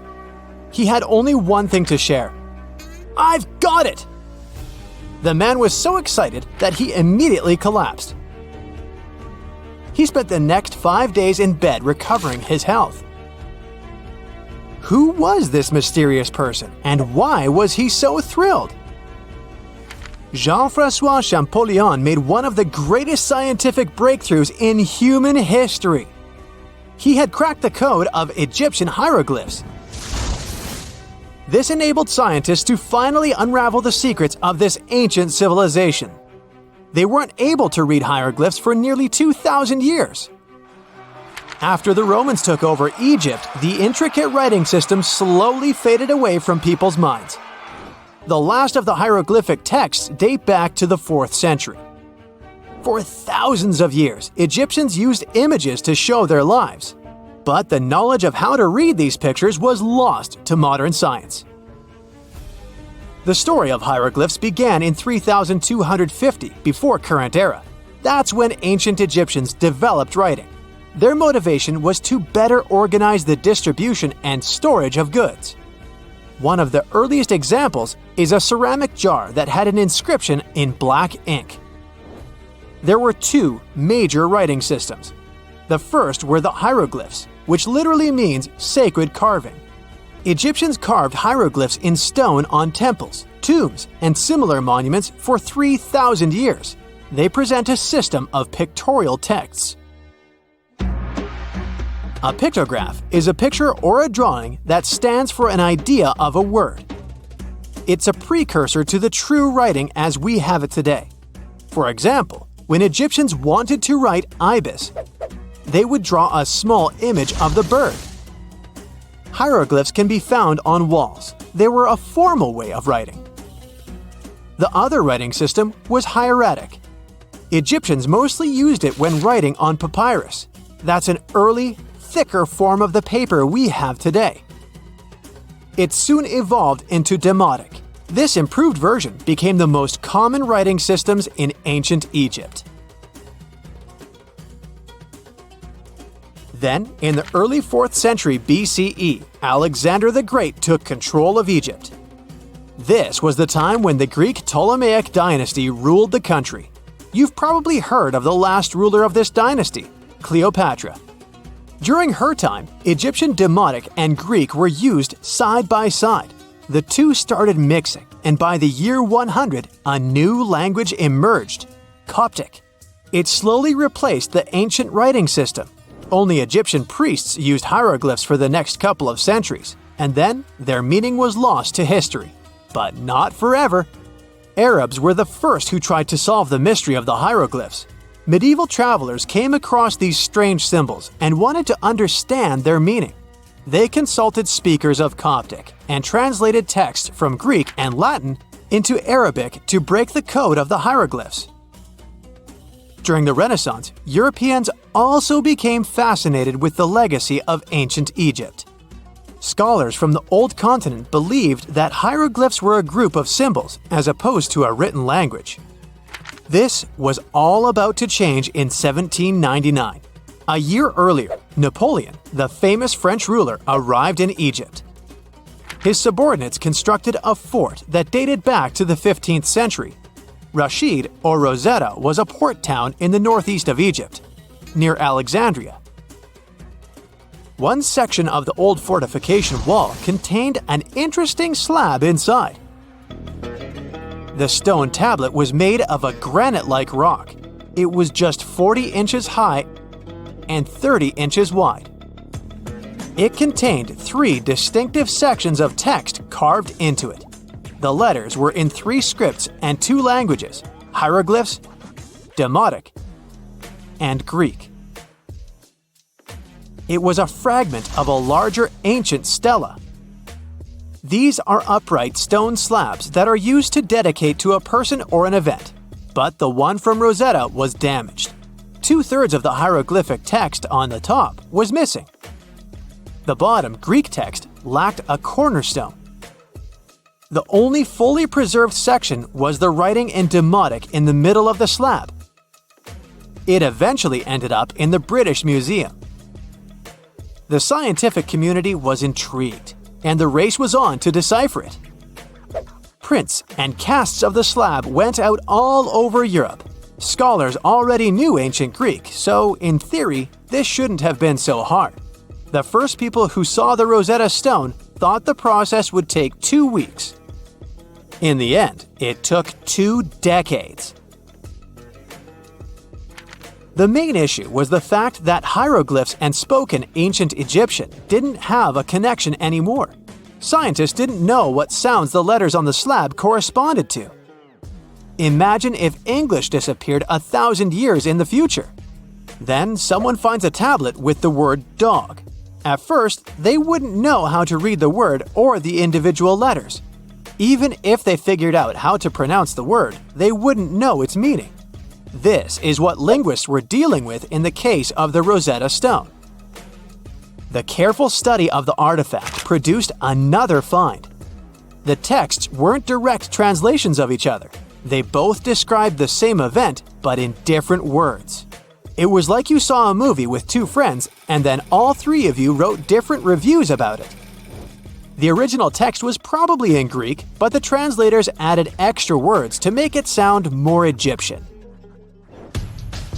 An English physician and physicist, Thomas Young, made the first great breakthrough. He knew that the name Ptolemy appeared several times in the text based on the Greek translation. This wasn't an Egyptian name, so it was impossible to represent it with a single image. The only way to spell out this Greek name was to use symbols that sound like it when produced. This is called transliteration, and we have it today as well. This is how foreign-sounding words are written down in Chinese or some Slavic languages. Young focused on sets of hieroglyphs in oval frames. These are called cartouches. He experimented a bit but finally discovered that one of them read, Ptolemy the Great. The individual hieroglyphs that made up this name corresponded to sounds needed to produce it. This is where our mysterious man from the beginning of the video enters the picture. Champollion picked up where Young left off. He knew Coptic, so the Frenchman was able to determine what many other hieroglyphs sounded like. The eureka moment was close. It came while he was studying a cartouche from a site dedicated to Ramses II. It had 4 symbols. The last 2 were the same. He determined this was the sound S. The first symbol was the sun. This is Ra or Re in Coptic. So the cartouche read Ra something SS. Can you already guess the name? Of course, it's Ramses. This breakthrough finally cracked the code. Ancient Egyptian wasn't a mishmash of cool-looking images. It was a phonetic language that Jean-François Champollion discovered in September of 1822. The stone slab is today known as the Decree of Memphis. The Egyptian Council issued it in this city in the year 196 before current era. In it, they expressed their loyalty to the pharaoh. They erected identical stelae in temples all across Egypt. The Rosetta Stone was just one copy of them, but its content is less important than the fact that Champollion's translation gave these ancient peoples their voice again. During the 1800s, European scholars didn't think that the Egyptian civilization was much older than classical Greek or Roman. Now that scientists could read hieroglyphs, a whole new chapter of human history opened. One of the most famous finds in the history of archaeology happened in 1922. That's when the British archaeologist Howard Carter discovered the tomb of Pharaoh Tutankhamun in Egypt's Valley of the Kings. The whole world admired King Tut's golden mask. But without Champollion's pioneering work, it would be impossible to know who its owner was. The young pharaoh's cartouche is phonetic. For instance, you pronounce the pictograph of a chick as the vowel U. The symbol for the key of life is an ankh, and there is a shepherd's crook in the end. It symbolizes the word ruler. How do you imagine ancient megaliths? Perhaps Stonehenge in England or the Great Pyramid of Giza in Egypt come to mind. They've become household names. Millions of people visit these sites every year. But thousands of miles away from such tourist hotspots, there is a mystery. Ruins of a city that is several hundred years old. And it doesn't sit in a desert or on a grassy plain. Its former inhabitants constructed it on a coral reef in the middle of the Pacific. The tiny island nation of Micronesia lies between Hawaii and the Philippines. The country is composed of 600 islands and islets. Because of its remote location, very few people visit Micronesia. The little tourists they have mostly come to go scuba diving in its azure waters. They often miss the opportunity to visit the only ancient city that stands on a coral reef, Nan Madal. Its home island is slightly smaller in size than New York City. Its ruins are made of heavy stone columns. There are walls and platforms, but one thing is missing: art. There are no ancient carvings to help archaeologists determine how ancient islanders constructed the site. Still, an international team of researchers was able to date Nan Madal. They presume that the history of the city goes back to the very end of the 12th century. For reference, these were the High Middle Ages in Europe, right around the time Richard I became the first king of England. In the Caroline archipelago where the island sits, this was the time when a powerful dynasty reigned over the island nation. Its chiefs ruled for 1,000 years and unified the islanders. This enabled them to construct something as imposing as Nan Madal. One of the local legends said that the final resting place of the first of these chiefs was somewhere among the ruins. National Geographic launched an expedition to investigate this oral history, and sure enough, they discovered a tomb.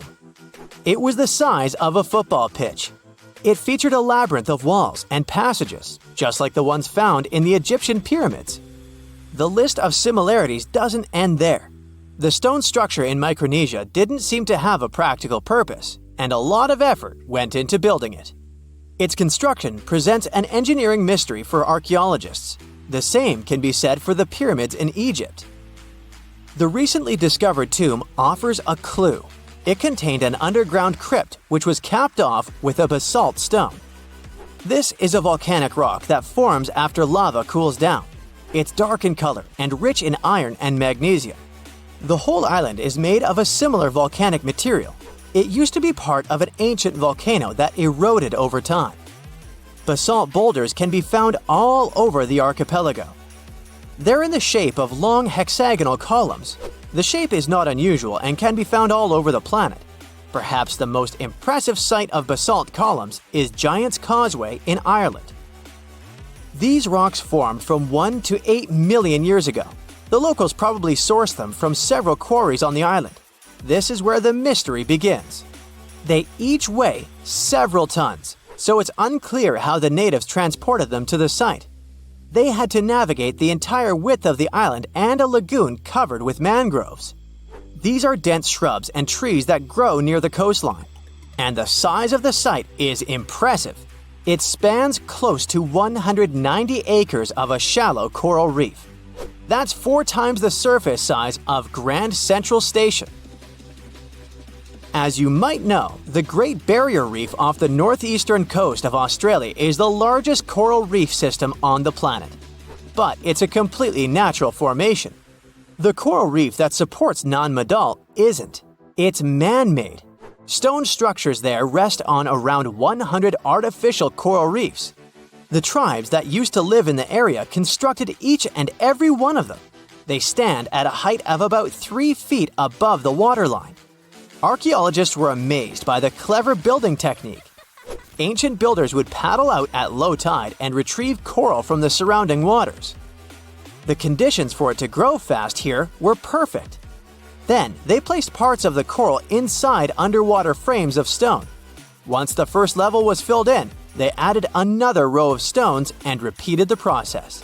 This allowed the foundation to rise above the water level. These islets were crisscrossed with tidal canals. The site had 12 walls to protect it against the sea. Harbors today still have similar breakwaters. The general layout of Nan Madal earned it the nickname the Venice of the Pacific. The coral base was strong enough to support the weight of all those basalt columns. Some estimates reveal that all the stones used in the construction weighed 250 million tons. This makes sense when we look at the largest monoliths on the site. These are massive stones that can be both artificial and naturally occurring. An individual cornerstone from the city walls weighs close to 55 tons, and there are several of them stacked on top of each other. The wall they form is higher than a telephone pole. In 1995, the Discovery Channel did an experiment for a special on Nan Madal. They constructed bamboo rafts to test how the ancient builders moved stones around. They were a fraction of the width of the real monoliths. The rafts sank almost immediately. The site's been sitting uninhabited for centuries now. The island's first settlers came by sea around the 1st century. Historians believe they arrived from the nearby Solomon or Vanuatu Islands. The city became a regional administration center at the end of the 11th century. Its heyday is associated with the powerful ruling dynasty. It lasted for nearly 5 centuries. European traders knew about the island for a long time. In the mid-19th century, the Spanish established schools there. In 1873, a Polish anthropologist was the first to systematically explore the ruins of the city. He found heaps of coral, simple bracelets, necklaces, and stone axes. There were also round discs with a hole in the middle that probably served as currency. In modern times, the island became part of Micronesia. Today, the local tribal chief is the supervisor of the ruins. His title dates back to the times of Nan Madal's builders. But the locals cannot explain how exactly their ancestors erected the stone structures. The country's former top archaeologist was once quoted saying, "We don't know how they brought the columns here, and we don't know how they lifted them up to build the walls." Researchers from around the world were determined to get to the bottom of this mystery, quite literally. In 2019, an American team of scientists performed the first ever LiDAR scan of the site. This type of radar uses laser wave pulses to scan under the surface of the Earth. This allows the technicians to create a 3D image of the ground below. The scan revealed a complex irrigation system on the tiny island. This probably explains how ancient Micronesians were able to supply the nearby settlements with drinking water. When it comes to food, it was probably boated in. According to the local population, historians estimate that at the time of the city's construction, 20 to 30,000 people lived on the island. In 2016, UNESCO inscribed Nan Madal as a World Heritage Site. The future of the city is uncertain because of the state the waterways are in. They're overgrown with mangroves. The vegetation is undermining the existing structures, and more can be done to promote the place as a tourist attraction. The site gets about 1,000 visitors annually. Compare that to 50,000 people who visit Easter Island each year. Both destinations are pretty far away from the nearest mainland. The distance from Nan Madal to California is more than twice the length of the Mississippi River. We know that the ancient Egyptians were talented enough to build something as grand as the pyramids, but were they also smart enough to measure the speed of light? There's a theory circulating online that says exactly that. If you look at these two numbers, you'll see that they match completely. The first one is the speed of light in a vacuum measured in meters, and the second one is the latitude of the Great Pyramid of Giza. So, was it done on purpose, or is it just a coincidence? Well, happily, we can tell you that it's actually just a coincidence, not another conspiracy thingy. The Great Pyramid is just one of the many places in the world that share the same latitude. And more importantly, even if the ancient Egyptians had somehow measured the speed of light and chosen to keep it a secret from the rest of the world, they wouldn't have used meters to put it down. Meters were only defined at the end of the 18th century. The builders of the pyramids used a different unit of measure called cubits. 1 cubit is equal to 1.5 feet. Cubit was based on the length of the arm from the elbow to the tip of the middle finger, and it became popular in the ancient world. So if they wanted to impress the rest of the world and set the pyramids at a point that matched the speed of light in cubits, they would have to build their iconic constructions somewhere in Europe. And then the Danish astronomer who first measured the speed of light in 1676 would have been really upset to know that someone had done it centuries before him. So although they were ahead of their time in many aspects, the ancient Egyptians never measured the speed of light or used longitude and latitude to map their locations. The base of the Great Pyramid of Giza might seem like a perfect square, but it's actually an 8-sided structure, not 4-sided. Each of its 4 sides has a subtle concave indentation that splits it evenly from base to tip. The official version is that a British pilot was the first to notice it in 1940 while flying over the pyramid. He took a photograph that showed shadows highlighting these indentations. Some people think these lines are only visible from above and can best be seen at dawn and dusk during the spring and autumn equinoxes. This has led to a freaky theory that the ancient Egyptians might have designed the pyramids to communicate with something looking at them from above. Now, the Great Pyramid is one of only 3 pyramids that used to have a swivel door. It weighed around 20 tons, but they could still easily open it from the inside. Its precise fit made it nearly invisible from the outside, with no visible latch or handle. There were only slight variations in the exterior stone that gave out an opening. The other 2 pyramids with similar doors belonged to Khufu's father and grandfather. The Great Pyramid also has a hidden void at least 100 feet long that was only found in 2017. We still don't know what lies within the space, what purpose it served, or if it is the only space of its kind. Researchers used the same tech to see through cathedral walls, Mayan pyramids, and even volcanoes. It depends on a natural shower of subatomic particles called muons. They pass more easily through empty space than through solid materials. So if they arrange multiple muon detectors around a structure, scientists can map out its solid and empty areas. A team of scientists placed muon detectors inside the Great Pyramid and allowed them to gather data for months. Scientists have analyzed samples of the mortar used to build the pyramids many times. Although we know its composition, modern technology still can't replicate it. The mortar is mostly made from processed gypsum, but it wasn't used like the cement we use for bricks today. Instead, they used it to support the joints between the massive stones as they were set in place. The estimated amount they needed to construct the Great Pyramid was around 500,000 tons of mortar. The gypsum mortar is stronger than the stones themselves and has held up for thousands of years. Now, all four sides of the Great Pyramid are aligned with the cardinal points – north, south, east, and west. According to geologist and engineer Glenn Dash, the alignment is accurate to within 4 minutes of arc, or 1/15th of a degree. The architects managed to achieve this without modern tools like drones, blueprints, or computers. Many researchers try to explain this construction miracle. Maybe they used the pole star or the sun's shadow. Dash recently proposed a new, simpler idea. The Egyptians might have used the autumnal equinox to align the pyramids. It happens twice a year when the Earth's equator passes through the center of the sun's disk, making day and night nearly equal in length.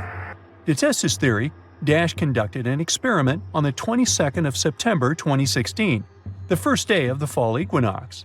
He used a special rod the Egyptians had to cast a shadow and tracked its tip at regular intervals, forming a smooth curve.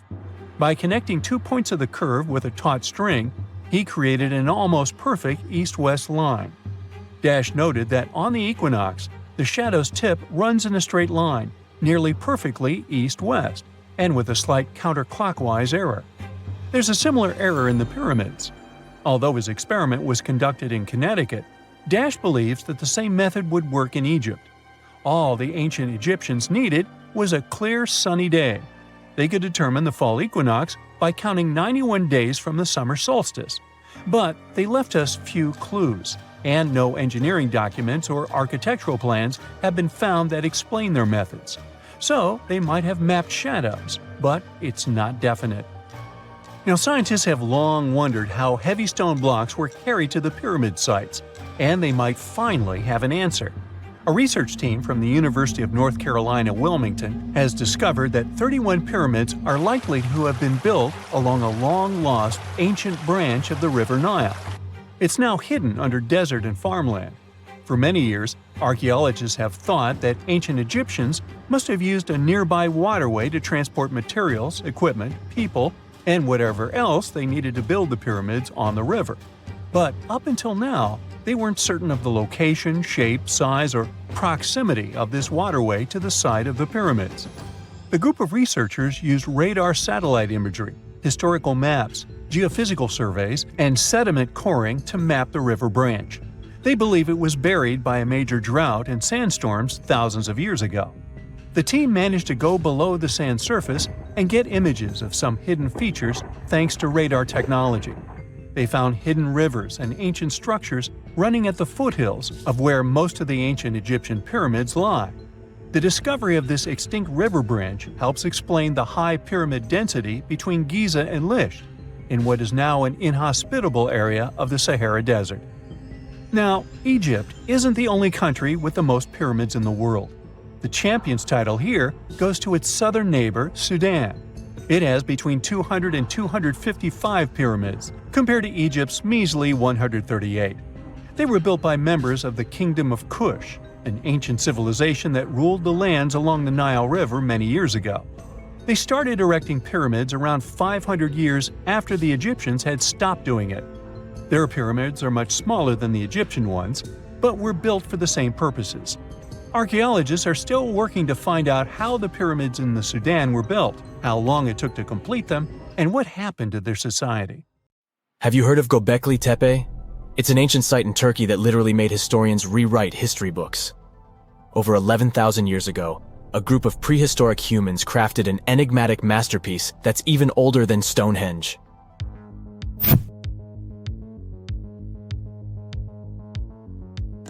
Before its discovery, archaeologists believed that people didn't know about iron and weren't good at making pottery. They were sure that settled life only emerged with the need for agriculture. But Göbekli Tepe changed this belief.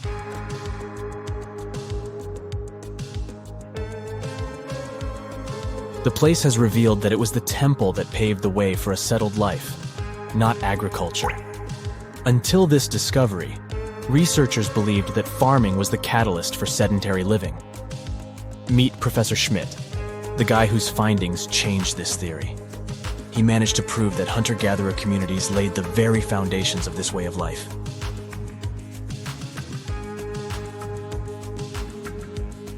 Back in the 1960s, other archaeologists visited the area, but they totally missed the mark.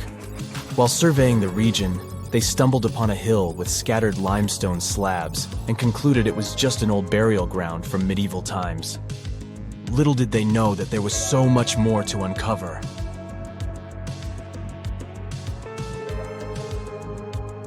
In 1994, Schmidt embarked on his own survey of prehistoric sites in the area. Surprise! He instantly realized he had discovered something truly extraordinary. Unlike the nearby flat and barren plateaus, Göbekli Tepe had a gently rounded top, rising 50 feet above the surrounding landscape.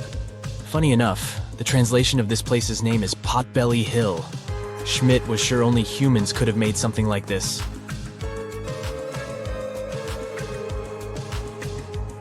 Those broken limestone pieces that were mistaken for gravestones turned out to be way more exciting. It was like stumbling upon a hidden treasure. The pieces took on a whole new meaning, and Schmidt with his team was about to dive into the secrets waiting beneath the surface. To their surprise, they found no traces of a settlement, no hearths for cooking, no houses, and none of those adorable clay figurines commonly found in nearby sites of similar age. However, they uncovered that those ancient people used tools like stone hammers. So, Schmidt and his team put their heads together and took a wild guess at the age of Göbekli Tepe's stone structures. Their estimation got backed up by some limited carbon dating done right at the site. The ancient vibes of this place were finally starting to make sense. It was like a puzzle slowly coming together.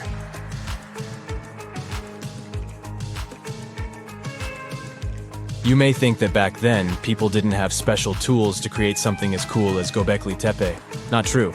Turns out, these prehistoric folks used flint tools instead of fancy metal chisels. They were also skilled at chipping away softer limestone and crafting pillars right on the spot. Afterward, they carried the pillars a short distance to the summit and placed them upright. Once the stone rings were complete, they covered them with layers of dirt. Over time, they added new rings, and voila! You've got a cool hill to impress people in the future.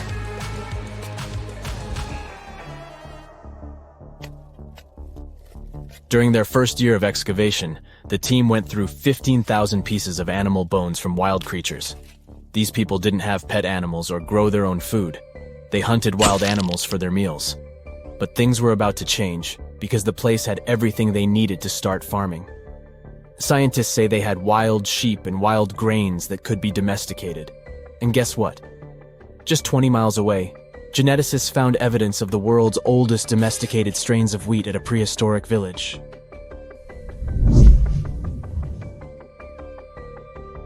These amazing findings have completely changed how we view civilization. In the past, experts believed that people needed to learn how to farm and settle in one place before they could build temples and develop complex societies. But guess what? Schmidt's research flips that idea on its head. He claims that the incredible effort put into constructing these astonishing structures actually set the stage for the development of advanced societies. It means that societal and cultural changes happened before agriculture. Schmidt has this fascinating hypothesis about Göbekli Tepe. He thinks it could have been a special burial site where people left their loved ones. And here's the twist. The burial site was adorned with fancy statues and symbols representing deities from the spiritual realm. The idea that Göbekli Tepe could have served as a sacred place adds another layer of complexity to the whole story. While the site's true purpose may remain elusive, Schmidt's insights invite us to consider the profound interplay between life and the afterlife, and the deep reverence ancient hunter-gatherer societies may have had for their departed ancestors. Now let's talk about the stars of the show, the mesmerizing T-shaped columns that dominate Göbekli Tepe. These mysterious structures range from 10 to 20 feet tall and most likely represent stylized human figures. But one figure stands out from the rest, the three-dimensional lion relief. This depiction really fires up our imagination. Why? Because it hints at the possibility that lions roamed Anatolia during the Neolithic period.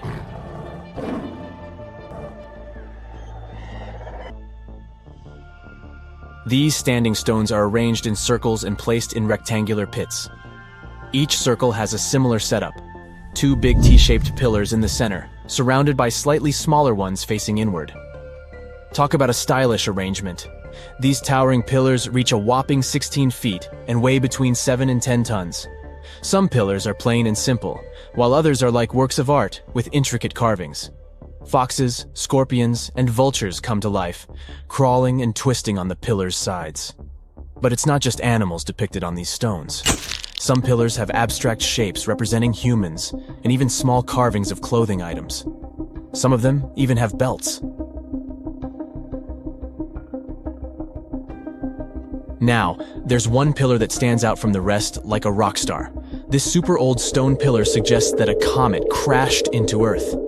It happened during a chilly period that lasted about 1,000 years. Previous studies examining Greenland ice cores hinted at this comet theory, but now the carvings at Göbekli Tepe prove it right.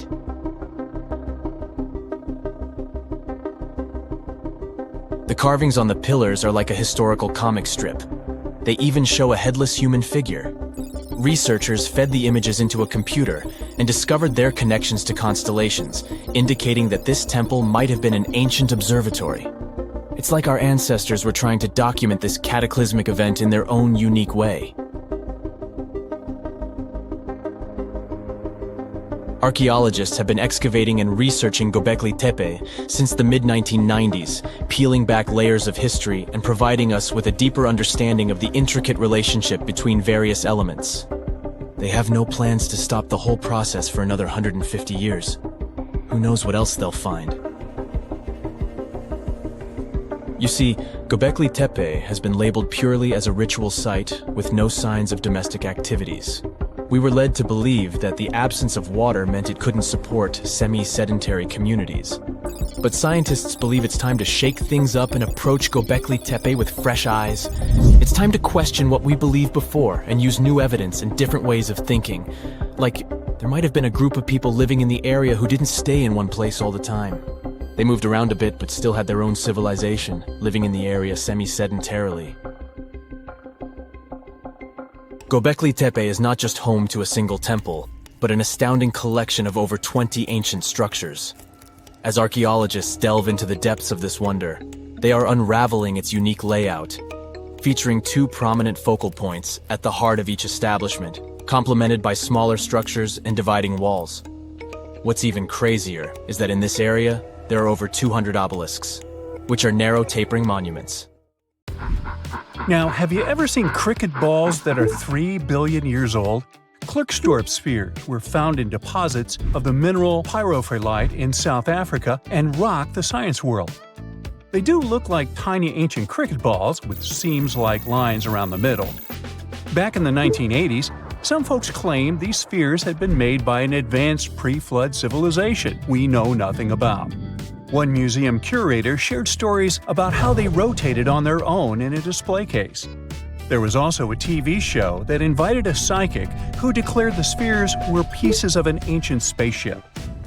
But according to geologists, these spheres are actually pretty common concretions or spherical objects formed by different minerals than the surrounding rock. The seam-like lines are just imprints from the host rock's layers building up over time. The Klerksdorp spheres come in different shapes, from noticeably flattened spheres to distinct discs. As for that episode when one of these spheres spun on its own, the curator of the Klerksdorp Museum cleared that up too. He said that when he put one sphere on its glass shelf when a journalist came to visit, the sphere naturally rotated a bit because it's round. The area where the museum is located often experiences earth tremors from gold mining activities nearby. The oldest known human-like footprints could be 6 million years old.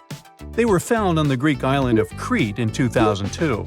If the number is correct, it would mean that early human ancestors may have migrated between Europe and Africa much earlier than we previously thought. This doesn't mean Africa is not the cradle of humankind, though. It could just prove that early human ancestors moved back and forth between continents. Some researchers believe the footprints were left by a bipedal creature possibly related to an early human ancestor nicknamed El Greco. According to scientists who studied them, the footprints have a very human-like shape, with 5 toes and a parallel big toe. Some scientists are skeptical about it and suggest the prints might be from a late European ape. The new study analyzed fossilized marine microorganisms found in the sedimentary rocks to determine the footprint's age and prove it's actually 6 million years. The next amazing find that keeps scientists entertained is the Dorchester pot. It's a beautifully crafted metal vessel with some fancy geometric designs embossed in shiny silver. The pot was discovered in, who could have thought, Dorchester in 1852 under quite unusual circumstances. During a powerful blast, the pot broke into 2 pieces. Scientists believe it was originally embedded within a rock or boulder known as pudding stone. The rock from which the Dorchester pot emerged is dated to be around 500 million years old. So it could mean the pot itself is also that old. The current and less exciting theory suggests that the Dorchester pot is a Victorian-era candlestick holder. Such things were really trending back then, so it's not a surprise to find such fancy household item from that time. The Dorchester pot falls into the category of ooparts, or out-of-place artifacts. Those are objects that seem too advanced for the time period they're supposedly from. If we accept that the pot is 500 million years old, then whoever made it was way ahead of their times in terms of crafts and tech.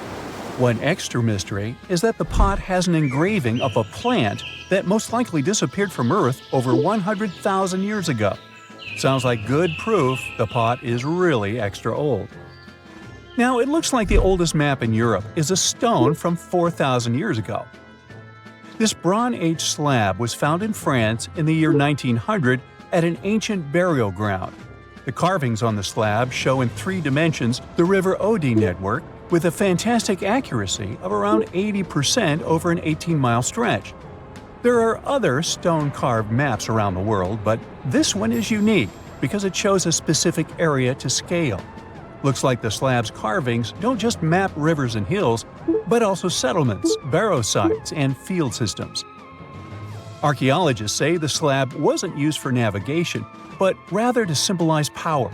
The detailed markings on the slab might have served to illustrate the domain of a local ruler, possibly a prince or king, to show their control over the territory. When the ruler lost power, the slab was likely repurposed as part of a burial vault. The unique artifact was stored in the cellar of a museum. For decades, no one even noticed until several scholars read older reports about the slab and decided to check it out.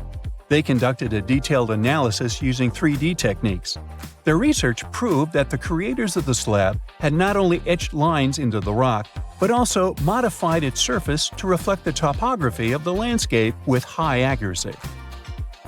The Salzburg cube, also known as the Wolf's Egg iron, was discovered in the late 19th century in Austria. Now, don't let the name mislead you. It doesn't look like a cube at all. It's more like a rounded object with 2 flat sides. Down the middle, there's a groove, and the surface is covered with pits and craters. This unique appearance is the reason why many people think it might be something out of this world. Workers accidentally found this artifact when they blew apart a piece of coal. The coal seam it came from is thought to be over 60 million years old.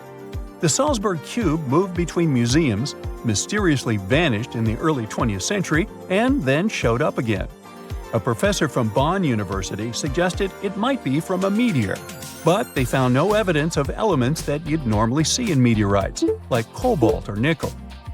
Then researchers thought it must be a human-made object, possibly a Victorian-era candlestick holder. No one knows the true story of the cube or its current location. Yep, it disappeared again. Have you heard about the Meister print? It's a fossilized sandal print discovered in 1968, and it has sparked a lot of intrigue. There's a trilobite inside the print, which supposedly went extinct around 500 million years before humans even existed. But many historians think this age is an exaggeration. When Meister found the fossil, it was authenticated.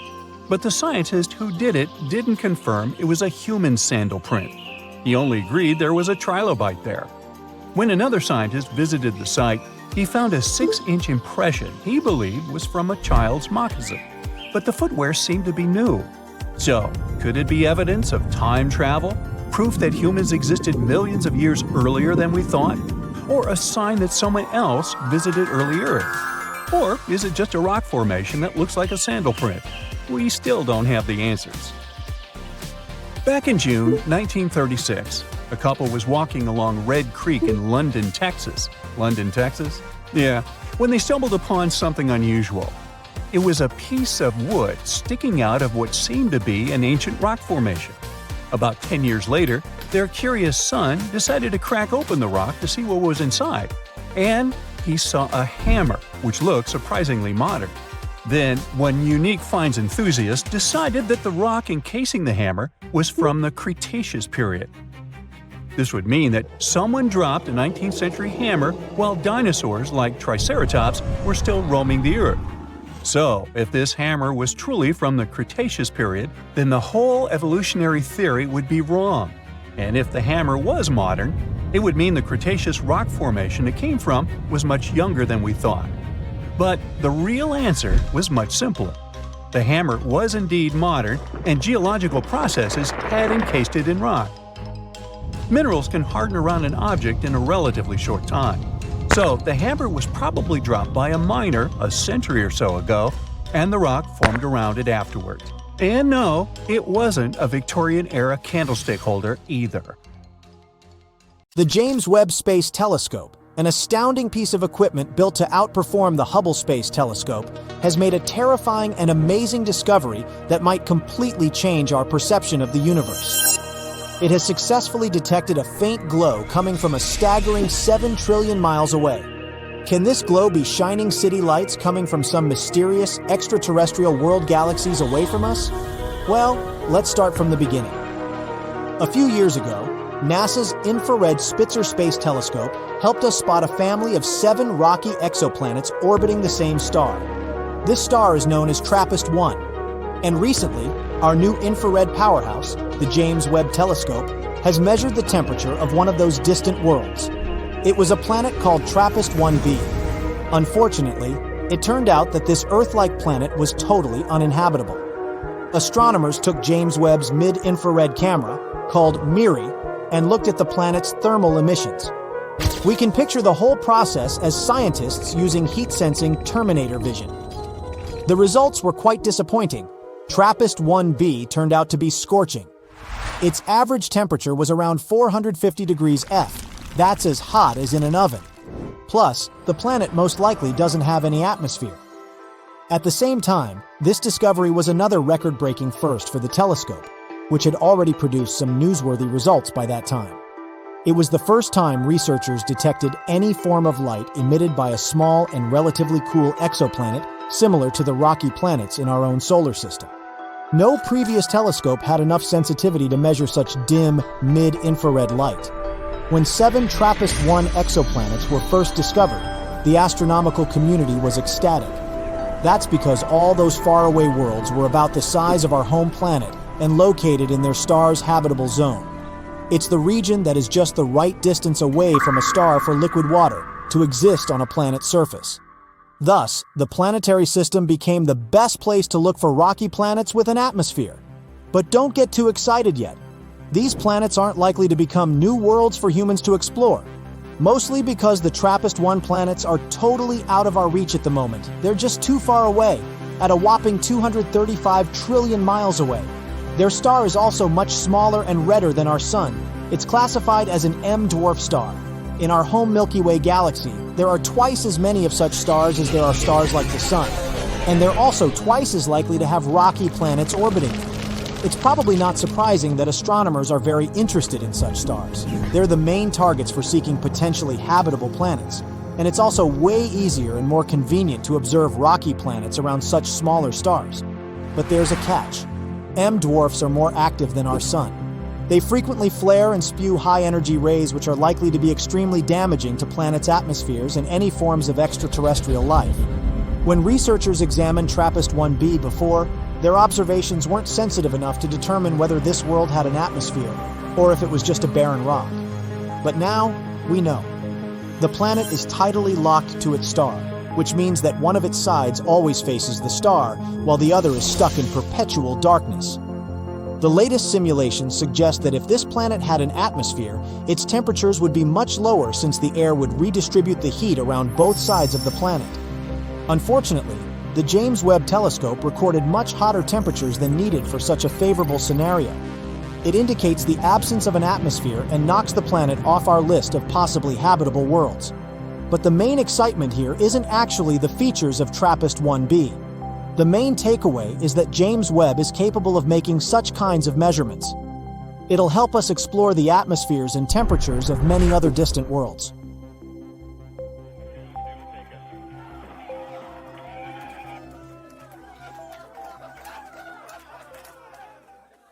Chances are, we're going to find life beyond Earth by 2035, and there's no need to travel to a galaxy far, far away.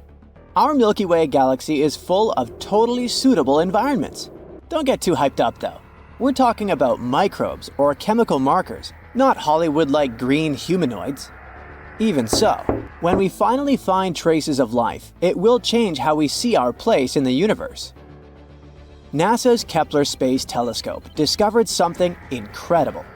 Almost every star has planets, and many of these planets might be habitable. Rocky planets like Earth and Mars are even more common in our galaxy than gas giants like Saturn and Jupiter. Also, we already know that our galaxy is very rich in water. There's water in interstellar clouds where stars and planets form, in the debris disks around other stars, in comets, just everywhere. What's really hard though is finding life itself. Ideally, to finally find it, we need to land on every single planet out there and literally check under each rock. But thanks to the newest research, we can at least narrow down the search to potentially habitable worlds. The James Webb Space Telescope, a super powerful telescope that was launched into space in 2021, is onto this. It checks the atmospheres of nearby super-Earths, rocky planets that are a bit bigger than Earth. It searches for life-related gases, chemicals that can only be produced by living things. And they already found some clues. For example, they detected signs of such a chemical on a planet called K2-18b. This planet is 120 light-years away, which is pretty close on a space scale. This planet is in the Goldilocks zone, which means a zone around the star where the temperatures are just right for liquid water to exist. It orbits a red dwarf star, the smallest type of star there is. Such stars are a bit fainter than our Sun. It will take about a year to check if these hints of life are real. If so, it would mean that life is much more common than we previously thought. But even if it's not, there are 10 more Goldilocks planets on their list to study. The James Webb Space Telescope is a very cool tool, but it has limits. It can't detect small Earth-like planets due to their size. To fix this, NASA plans to launch another tool, the Wide Field Infrared Survey Telescope. This one will be even better at spotting such planets and life-related chemicals. And also, we have the SETI project. SETI stands for Search for Extraterrestrial Intelligence. This project has been on a hunt for extraterrestrial creatures since the 1980s. They also believe that we'll find signs of life within the next 10 years. Not so long ago, they started a super big and cool project. It's called COSMIC, and it uses an array of radio telescopes in New Mexico. You might have seen those in the movie Contact. COSMIC allows scientists to listen to hundreds of thousands and potentially millions of star systems at the same time. If there are any interesting signals, scientists can check them right away, instead of waiting for weeks or even months. The signals themselves are often very sudden and short, but Cosmic can detect even the shortest ones that last nanoseconds.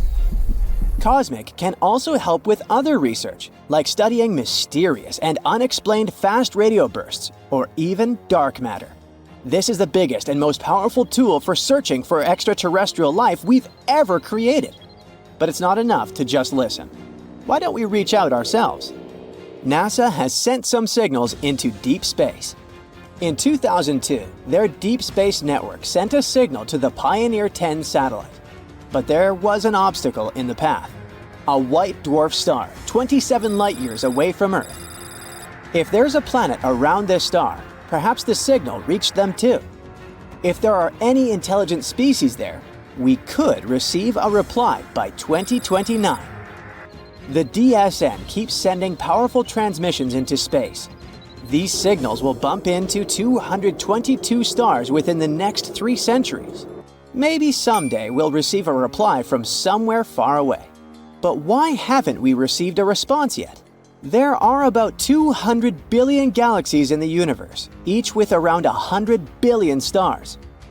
If just 1% of those stars had one planet, that's still 200 quintillion possible planets. And we can narrow it down even further.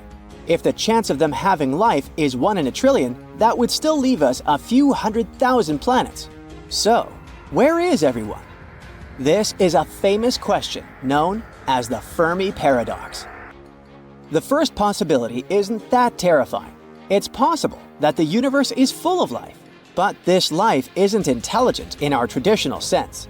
Some planets might have microbes, birds, or space dinosaurs. This is called the Great Filter Theory.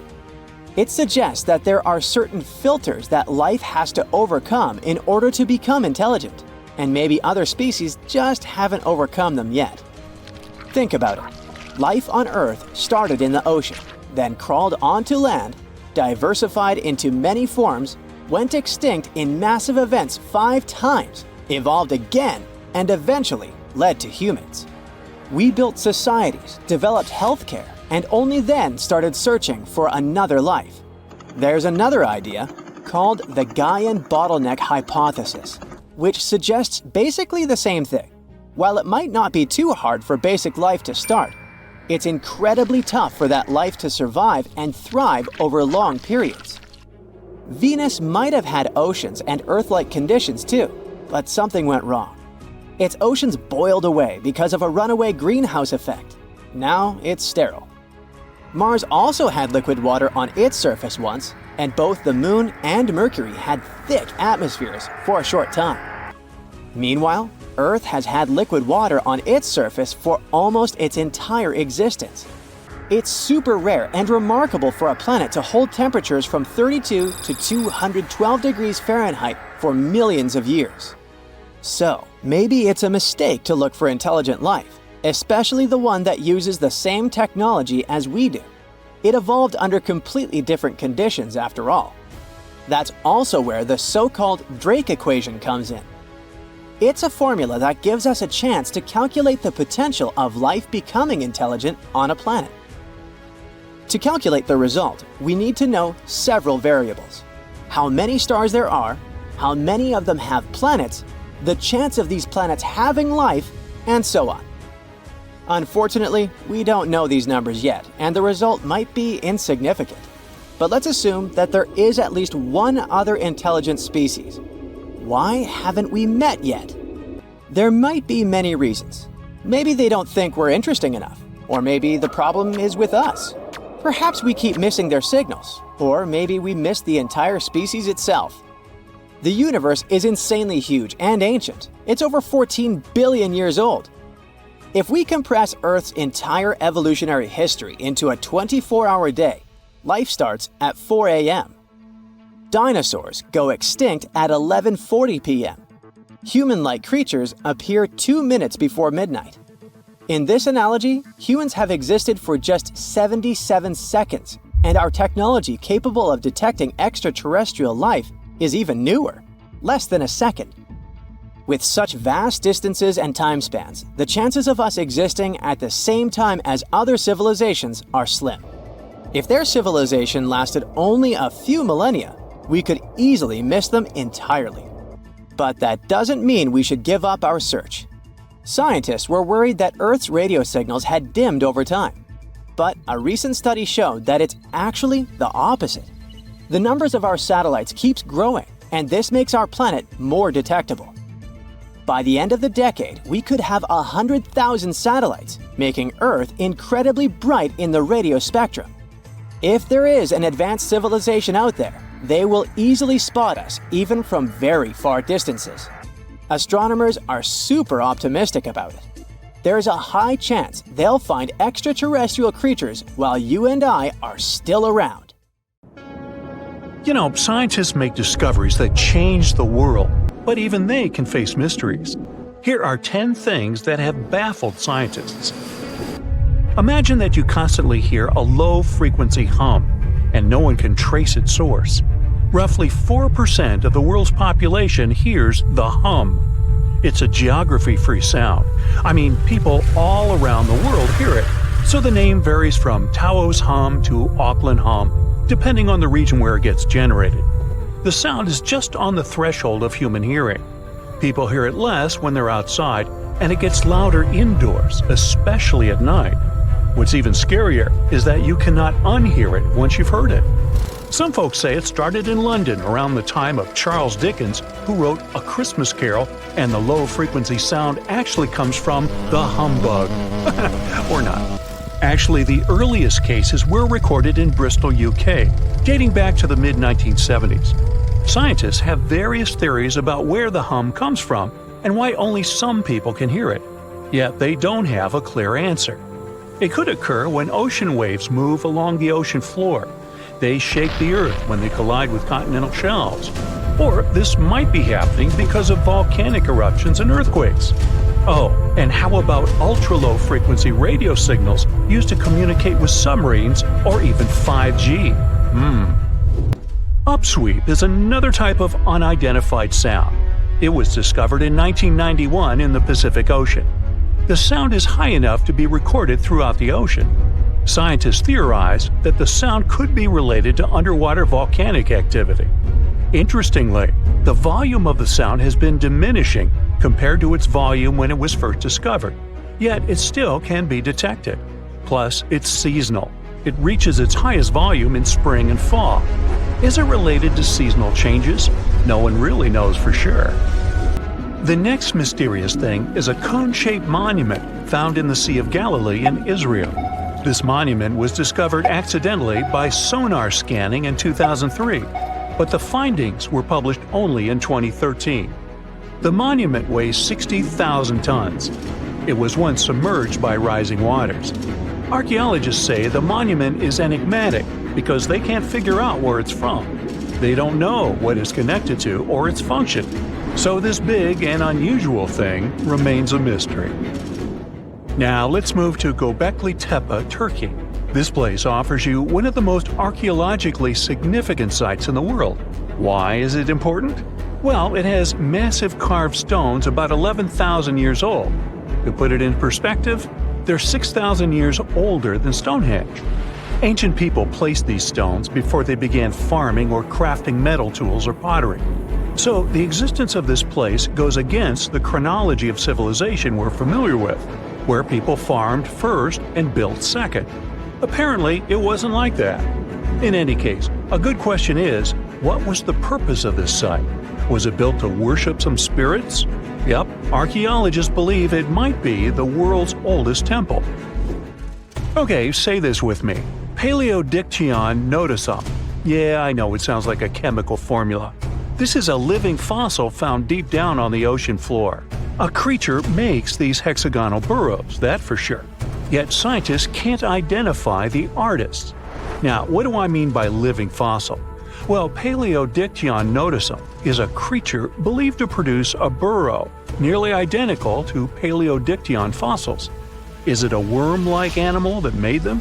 Scientists don't know. One thing is clear. This isn't some random stuff created by geological forces. Now, speaking of fossils, take a look at this giant one. Its informal name is Godzillius. It was discovered in 2011 by an amateur paleontologist. This is a scientist who studies the history of life on Earth by analyzing fossil records. Anyway, back to Godzillius. It's almost 7 feet in length and 9 feet tall if you were to measure it upright. This fossil is 450 million years old, coming from the time when Cincinnati was underwater. It might be a fossilized algae mat, but some scientists have different opinions. This is a massive tunnel found in South America. The tunnel is at least 8,000 to 10,000 years old. At first, researchers discovered a couple of colossal burrows. They were enormous and neatly constructed. Geologists were amazed, saying they had never seen such structures before. There's no known geologic process to explain their formation. I mean, researchers have known about the burrows since the 1930s, but back then they believed that these tunnels were just some sort of archaeological construction, until they discovered huge claw marks on the walls and ceiling. They reasoned that some extinct species could be the ones to have left these marks. Many geologists strongly believe they found the burrows of giant ground sloths and armadillos. The structure is the largest known burrow from the Paleolithic age in the Amazon. Yet experts have many questions. How come such a deliberate-looking structure could form naturally? A researcher then discovered another strange cave. This one was hundreds of miles away from the massive tunnel. Fast forward, there are now more than 1,500 burrows from the Paleolithic age found in Brazil. What's even more interesting is that some of these caves are connected to tunnels that sometimes lead to chambers. I'll continue with a natural phenomenon. What if I told you that every year, especially in October, fireballs appear on the Mekong River in Thailand? According to legends, Naga fireballs are a call for Buddha to return to Earth, and river serpents are the ones making these calls. Well, that's a myth, but what does science say about it? Is it related to a flammable gas? There are no clear answers yet. These fireballs appear to rise from the water. They can go as high as almost 990 feet. They're like fireworks, disappearing rapidly. They typically glow with a reddish or orange color. I'll mention some legends too, because why not? They're thrilling. And it would be a shame not to include the one about the lost city of Atlantis. As you may know, the legend says that Atlantis submerged into the ocean around 11,000 years ago. Since then, not just scientists, but also treasure hunters and philosophers have been searching for the lost world. Could Bimini Road be a trace? In 1968, a diver found strange stones off the coast of North Bimini Island in the Bahamas.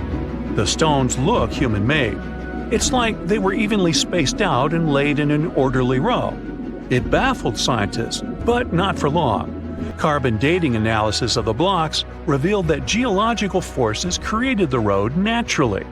There weren't any tool marks or signs indicating that the blocks had been stacked or something. The research is continuing, but yeah, scientists generally believe that the rocks were created by erosion. Well, I guess the time of Atlantis hasn't come yet. Okay, picture this. You're wandering on the beach, and you see dozens of octopuses walking past. In 2017, a group of people from Wales witnessed exactly this. Why did these creatures come out of the ocean? No one knows the answer. The group reported that they had seen 20 to 30 octopi crawling on the sand. The people looked for some signs of injury, but found nothing. They said that they had carried the animals back to the ocean. Interestingly, these creatures kept crawling onto the shore when people were asleep. Experts say that it's hard to be sure of the reason that pushed the animals to the beach without conducting a physical examination. They're still speculating about the reason behind this unusual and rare occurrence. Could it be overcrowding? Furthermore, the octopi were well armed. A separate study points out that the more fishers hunt large animals that feed on octopuses, the more the octopus population grows. Maybe that's why these creatures have to go farther to find food or shelter. But without proper research, these are only theories. There's a lot we don't know about space, too. So here's a bonus fact about the yellowish source of life in the solar system. Scientists have discovered a new type of wave inside the sun. These waves move in the opposite direction to the sun's rotation. Plus, they move super fast, so fast that it's beyond our understanding. Researchers have different theories about the function of the waves. If they figure out their role, this could give them additional insight into the processes happening inside the sun. And yes, the octopi were well armed. Now, how about some surreal hidden places to check out? Grab a flashlight and your backpack, and bon voyage! The trip starts in the mountainous country of Switzerland. You travel to the town of Waltensburg in the eastern part of the country. It's raining and it's very cold, but you still make your way to the bottom part of a mountain, where your first adventure awaits. After climbing up high in the mountains, you see a strangely shaped castle. To get there, you must walk up an extremely narrow pathway. Don't look down, you think to yourself. You tighten the straps of your backpack and manage to walk along the pass. Standing at the door of the castle, you really can't believe what you see. A 13th century fortress built entirely of stone. Today, all that is left of Krafenstein Castle is mainly its ruins, but their condition is good enough to get an idea of what the place looked like back in its glory days. You take your time to explore the castle inside, but honestly, this place gives you the chills and you're ready to move on. The next place on the list is Turkey. A plane and then a car ride later, you arrive in the city of Çorum in the northern part of the country. On the outskirts of Çorum, you find a valley filled with old, overgrown mountains and see the beginning of the trail you're about to hike. The way is extremely steep, but it leads to a secret door carved in the mountain. Congratulations! You've just arrived at Kapilikaya. The huge door is a massive arched stone that blocks the entrance to a hidden building. Experts think it has existed since the 2nd century BCE. Unfortunately, the huge door won't open, so what's hidden inside is a mystery today. It's guessed that there is a room inside. Some locals say there's a treasure hidden there too, but until today, no one has managed to enter the place to check. Okay, it's time to get moving before night falls. Next, you get the unique opportunity to travel to Ethiopia. Wandering around the city of Lalibela, you stumble upon a huge pit carved in the ground. You approach it carefully, and soon enough, you see a magnificent terracotta building, so richly detailed it leaves you mesmerized. But that's not all. There are 10 other pits just like this one, hiding King Lalibela's 12th century buildings. All 11 constructions are different from one another, yet share a similar recognizable style. They were hand-carved over the span of 24 years, only with the help of chisels, which is unbelievable given that these buildings are up to 50 feet high. That's about as tall as 5 African elephants stacked on top of each other, if you could do that. This unconventional way of construction made them entirely monolithic, meaning they were carved out of just one gigantic piece of rock. Pretty impressive, huh? Once you leave Ethiopia, you grab a flight to southern Italy, right there on the tip of the boot. No hiking is needed here. Whew! Your friend takes you to a site called Sassi di Matera. It's a Paleolithic city carved in the slope of a steep hill. You might feel like you've traveled in time here, as local stone houses and ancient buildings are unlike anything you've ever seen before. The site, also known as De Sassi, is suspected to be one of the first human settlements in Italy, dating back to over 9,000 years ago. Wandering around the town, you might get invited inside one of the cave-like houses. Oh, and as weird as it may sound, some of the streets run on top of people's homes. Talk about Paleolithic urban planning. You're probably becoming an expert on rock-cut architecture by now, but there are still a few sites left on your list. Next off, you head to Slovenia to visit the world's largest cave castle. This medieval castle was built on top of a 400-foot-high cliff and was designed to be impenetrable. Luckily for you, security is much more relaxed today. Still, if you're looking for a more challenging and less touristy way inside, you can get into the castle through one of its many underground tunnels. They were built over 800 years ago for the owner of the castle. He needed secret passageways to sneak supplies. Today, Pajama Castle is both enchanting and mysterious. I'd say it depends on whether it's a warm sunny day or a cold stormy night. After this medieval experience, you head on to visit Petra, a magnificent Jordanian monument found in the middle of the desert. To get around here, you'll need a large supply of water and sunscreen because it's going to get hot. But this site is worth it. The city of Petra is a marvel of the ancient world. Back in the 4th century BCE, this region was a trading hub at the crossroads of commercial routes.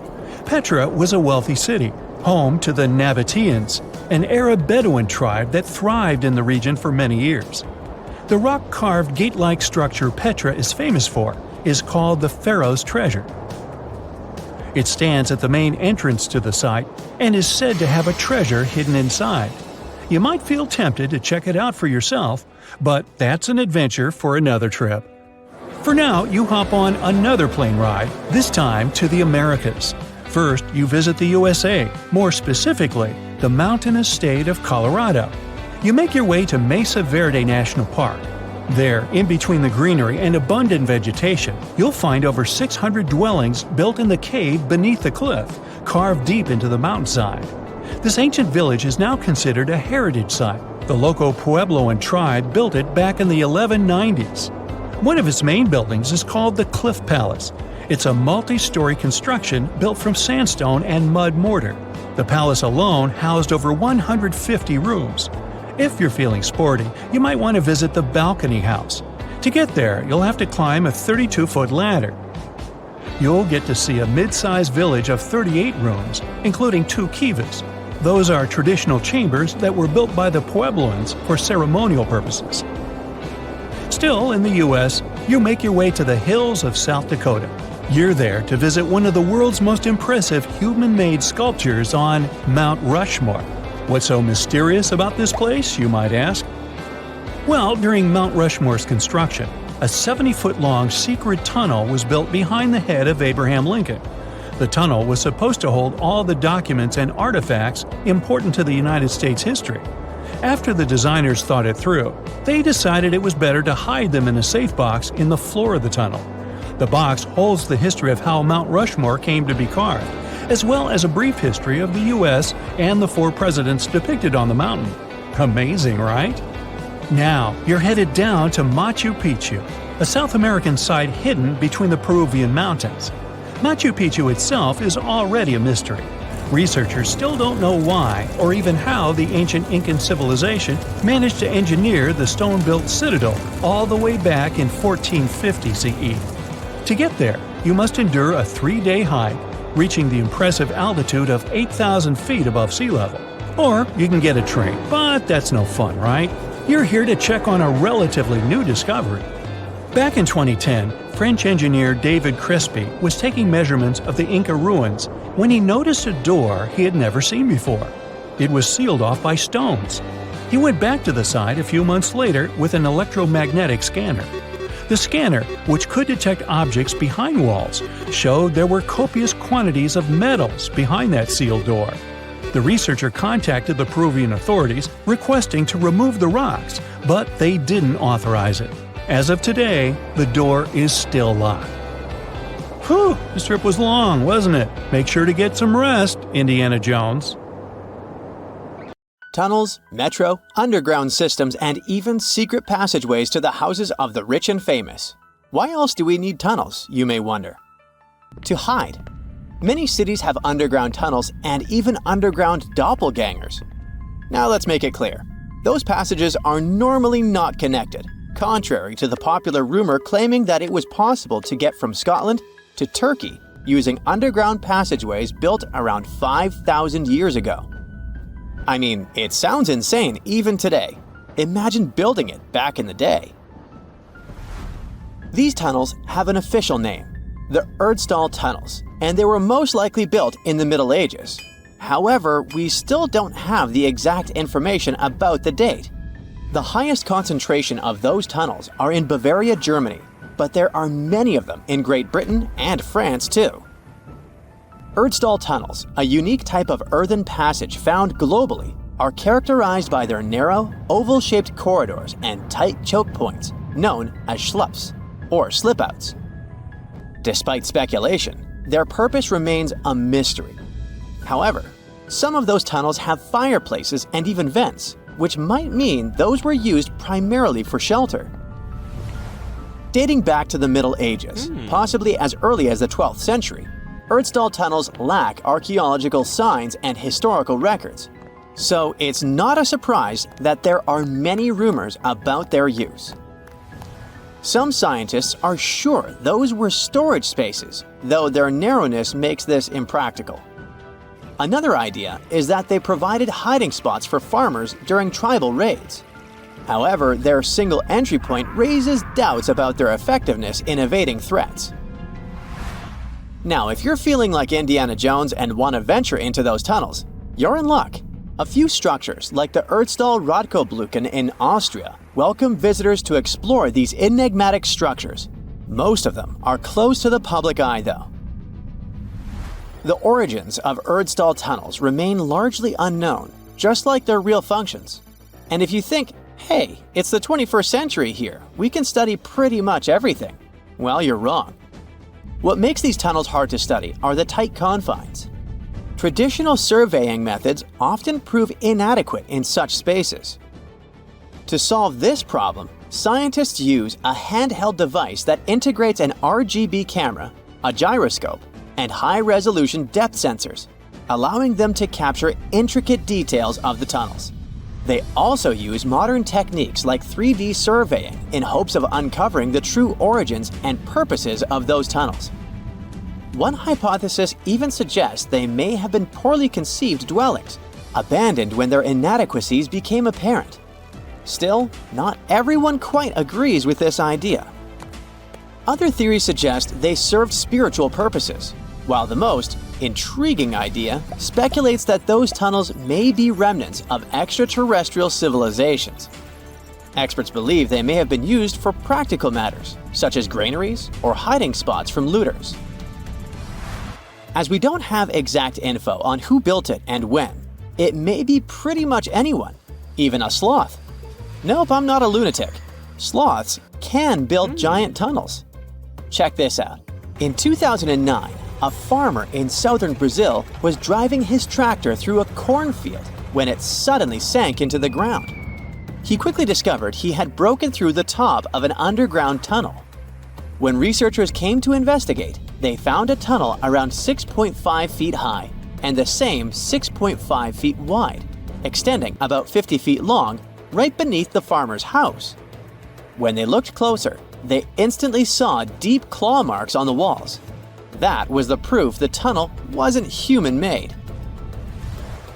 So that thing the farmer uncovered was a megafauna paleoburrow, a prehistoric tunnel dug by ancient creatures like giant ground sloths or giant armadillos from over 10,000 years ago. I know, it's hard to imagine those beasts, but let me help you. Take a hamster. Now, increase it to the size of an elephant. Don't forget, this 13-foot-tall hamster could also walk on two legs. During their time, around 15 million to 10,000 years ago, many species of sloths and giant armadillos roamed the Americas, some even digging similar tunnels. Today, many of these tunnels are filled with sediment, though some remain clear, similar to the one the farmer discovered. This 2009 find sparked significant interest, leading to the discovery of over 1,500 paleoburrows across southern Brazil, making it the era with the highest concentration of such sites worldwide. But no one knows exactly why there are so many of them in southern Brazil. While some paleoburrows exist throughout South America, none have been found in North America, which is weird since those huge sloths roamed the entire continent. The exact purpose of these large tunnels remains a mystery, but scientists believe they may have served as nursing spaces, temperature regulation, or hibernation areas. Tunnels likely developed over centuries as successive generations of sloths and armadillos expanded them. Now, let's take a look at fugus. No, not the Japanese fatal delicacy, and no, not a town in New Guinea. To see them, we gotta travel to the UK. So fugus are underground structures too, but they don't look exactly like tunnels. They are dry stone structures. They look as if a cave had been decorated with stones from the inside. There are only around 15 of them found so far, and most of them are located in Cornwall. According to the estimates, those tunnels were built about 2,400 years ago, and they're still in pristine condition, which is truly fascinating. I mean, back in the day, people had no cool machinery whatsoever, yet their structures still last. And if you dare to buy an apartment today, well, chances are you won't be too happy about the quality. Going back to our fugus, there's nothing extraordinary about their supposed purpose. They could be used for spiritual purposes, as a place to hide, or a food storage. The latest application, though, is a bit weird. I guess it's not a secret for anyone that England is famous for its excessive humidity. And if you want to store your food properly, you gotta avoid the humidity at all costs. Otherwise, say welcome to mold and fungi. But ancient people weren't dull-witted at all, or they wouldn't have survived, and you and I wouldn't be around now. So they might have adapted those fugus to store just some products, those that already had natural molds in them, assisting in the preservation of perishable food, like milk, butter, and cheese. But hey, those are just speculations. The true reason why they were built remains unknown. What makes fugus unique is that they are intentionally built tunnels, not just excavated mines like those in Wales. They were crafted by digging deep trenches, lining them with stone slabs, covering them with capstones, and then filling over them, all of which took significant time and effort. Still, no matter how hard those were to construct, cities around the globe are often built over intricate tunnel systems, each unique to its location. For instance, Paris is famous for its extensive underground quarries, which were abandoned years ago, but still pose a risk of collapse in certain areas above. London boasts one of the largest tunnel networks in the world, including many that were specifically created for military purposes. In New York City, there are rumors of secret tunnels, while Los Angeles has old tunnels from the Prohibition era used for speakeasies. Many other cities also have their share of enigmatic tunnels, and surprisingly, Florida is no exception. It happened in the year 2011 in Ybor City. Near a former post office, flooding uncovered something weird, a section of an unknown structure. Back then, people didn't pay much attention to that, so it took another 7 years to discover something truly fascinating. This historic neighborhood was founded in the 1880s, but it remained unknown until 2018 that it also has a hidden tunnel network. We only learned of it because of renovation work. The exact purpose, of course, is unknown, but most scientists are pretty sure that they serve to connect to early gaming spots and the port of Tampa. Figuring out how extensive the tunnel network is tricky. In 2018, a historic home in Seminole Heights revealed locked doors leading to tunnels from the 1920s. One local even said he traveled through a tunnel for 20 minutes. Rumors suggest some tunnels connect to the Hillsborough River and Ybor City. Research is ongoing, but no new info has emerged yet. A ship filled with gold and other treasures worth over $13 million was found in the middle of the Namibian desert after almost 500 years. The worker who found it was actually looking for diamonds, but ended up with something way more valuable for history. There were some blocks of copper, some wood, pipes, and elephant tusks. The miners called for an archaeologist, who soon realized it wasn't a disturbed beach like they thought, but a shipwreck. All evidence showed that it was a Portuguese trading vessel, Bom Jesus, that went missing in the 16th century. Experts believe it was a special kind of ship that was bigger, stronger, and better than older ships from Portugal and Spain. These ships were built to take Portuguese explorers on long trips to distant places like India, China, and Japan, and come back with tons of cargo. The Bom Jesus was likely carrying treasures from Lisbon, Portugal, to Western India. But it looks like on its way around the southern tip of Africa, near Namibia, a big storm pushed the ship too close to the shore. The ship hit a rock, tipped over and broke apart, sinking into the ocean. Archaeologists found treasure from the captain's chest under the water, which probably fell out when the ship's wooden hull broke. They also found pieces of the ship scattered along the shore, likely from the violent storm and later by construction in the area. The storm must have been very fierce, but they didn't find many bones, which means most of the crew may have survived or were lost at sea. The ship was split into 3 sections and incredibly well preserved, thanks to the thick layers of sand that covered it and prevented rot. Archaeologists who studied the wreck discovered over 40 tons of cargo.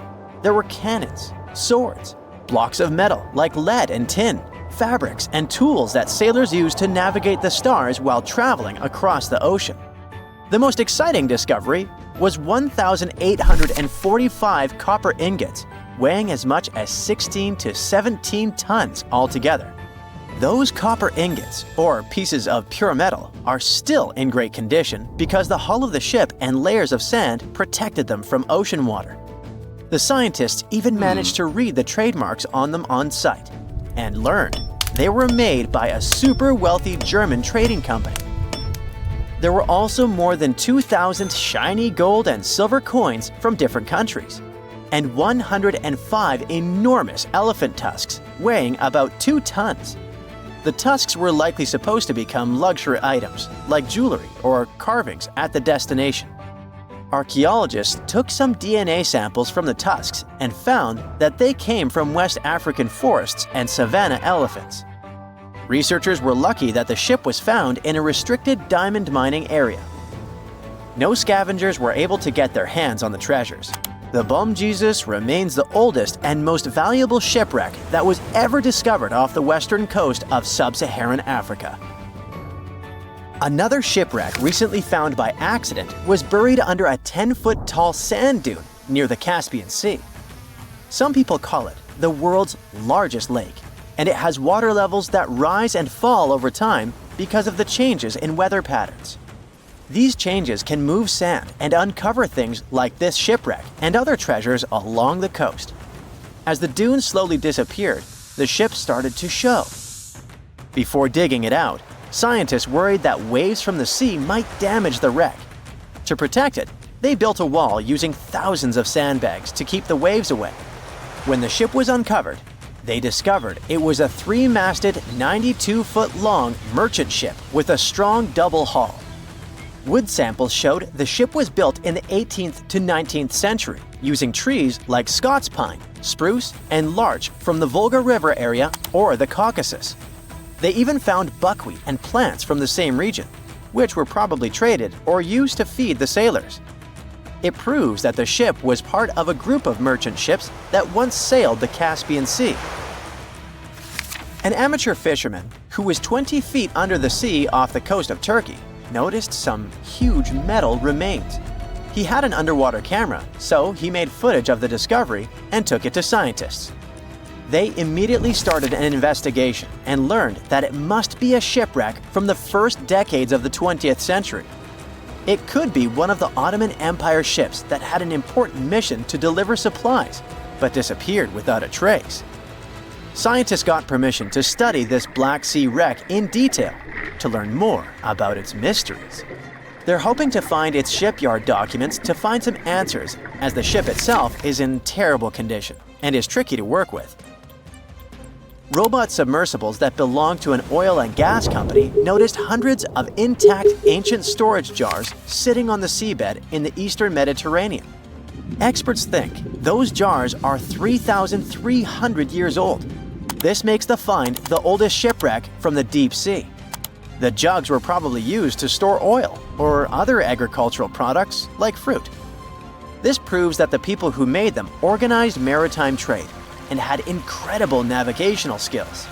It looks like the ancient mariners managed to traverse the Mediterranean Sea without a line of sight to any coast.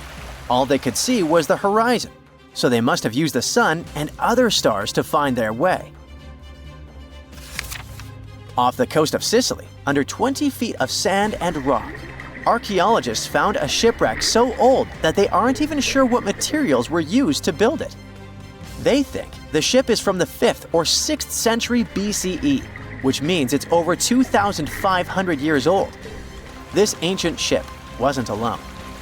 Researchers also found 2 iron anchors shaped like an upside-down T from around the 7th century of the Common Era and 4 stone anchors from prehistoric times nearby. One of the stone anchors was broken and may have had wooden pieces attached to help it hold on to the seafloor. They figured out that the ship itself was built using the on-shell technique. The wooden planks of the ship were connected so tightly that they could support the ship on their own, with extra beams added just to make it stronger. Sadly, the ship's wooden hull is very fragile now because tiny sea creatures that eat wood have damaged it over the years. Scientists are being extra careful as they study it to make sure it doesn't fall apart. This discovery is such a big deal because it was built during a time when Sicily was super important for trade. Back then, the Greeks and Punics were trying to take control of the seas long before Rome became the ruler of the Mediterranean. By studying this ship, scientists hope to learn more about how people traveled and traded in those ancient times. One more shipwreck, this time off the coast of Kenya. Could be from Vasco da Gama's final voyage. This Portuguese explorer was the first European to reach India by sea around the Cape of Good Hope. Local fishermen discovered the shipwreck in question in 2013. When an underwater archaeologist came to check it out, he found some treasures at the spot: elephant tusks and valuable copper ingots. If this find really has to do with Vasco da Gama, then it must be from the 16th century. It was the year of his 3rd and final voyage to India. Da Gama led a huge fleet of 20 ships, one of which was the São Jorge. Most of the ship is hidden under layers of coral, and a whole team of scientists are carefully digging trenches to find parts of the ship's wooden frame and hull. Wow! Scientists have found a lost city beneath Egypt's pyramids. And it's incredibly large, bigger than the biggest target you can imagine. Underground chambers, passageways, and vertical structures. Scientists have no idea what purposes they serve. But let's start from the very beginning. Italian and Scottish scientists studying the Pyramid of Khafra discovered something that looked like secret tunnels under 3 pyramids. This find might change what we know about ancient Egypt. The expedition, called the Khafra Project, was led by Corrado Malunga from Pisa, Italy, and Filippo Biondi from the University of Strathclyde, Scotland. Their mission was to focus on exploring Khafra's pyramid, the second largest on the Giza Plateau. Scientists uncovered a massive structure beneath the Pyramid of Khafra. Could it be an ancient Egyptian underground city? The experts analyzed the data they had and came to the conclusion that 8 large vertical structures could be hiding beneath, possibly wells or shafts. They extend a staggering 6,500 feet across. Imagine placing 2.5 Burj Khalifas on the ground, one after another, and you get the sheer size of this find. These shafts also plunge nearly 2,000 feet underground. Some of the deepest underground stations in the world are located at a mere 380 feet underground or so. These cylindrical shafts are surrounded by spiral paths. Picture some old Gothic castle. They're connected to 2 giant, weirdly shaped chambers. Are those cubes? Or possibly bowls? Each of these chambers is likely more than 260 feet across. Now, even though we know about the structures now, no one has figured out their original purpose yet. Want to hear something even more shocking? Okay then. The team is almost sure that similar access points can be found under all 3 pyramids. In other words, all of them might be linked by a hidden system of underground tunnels, chambers, and passages. Even deeper, about 4,000 feet under the surface, there might be more unknown structures. And doesn't it add to the mystery? But the coolest news is that, according to some team members, these hidden structures near Giza pyramids could align with the legendary Halls of Amenti. In ancient Egyptian mythology, it's a place where people are believed to arrive when they're close to the end of their days. There, they are said to take a 3-day-long trial, facing their biggest fears. Now, how did scientists even discover these hidden spaces? To uncover them, researchers used 2 satellites positioned 420 miles above Earth. They sent radar signals to the Giza Plateau, and these signals generated detailed images, which were later compiled into a 3D model of the underground layout, including the newly detected shafts. Then, using synthetic aperture radar or SAR technology, which is a type of radar that can penetrate through stone, the team also spotted 5 small room-like structures hidden deep within the pyramid. One of these chambers contained a sarcophagus, which was once thought to be the tomb of Pharaoh Khafre. But now, scientists believe this was a mistake. The true burial site is likely to be elsewhere. In any case, these 5 hidden rooms were completely unknown before the scans. They seem to be arranged in the center of the pyramid and are linked to underground pathways leading somewhere below the structure. There's an opinion that these tunnels could lead to more hidden chambers and wells. Some of them might be around 4,500 years old. Wow, what if they help us solve ancient civilization mysteries? Preliminary data suggests that all this underground space can be much more than a few empty chambers. There might be many more hidden structures near the Giza pyramids. How come? Well, the thing is, the structure appears to include hollowed-out sections with spiral pathways leading even deeper underground. Refining the images hinting at this could reveal an extensive subterranean network. It might be a whole city hidden under the surface.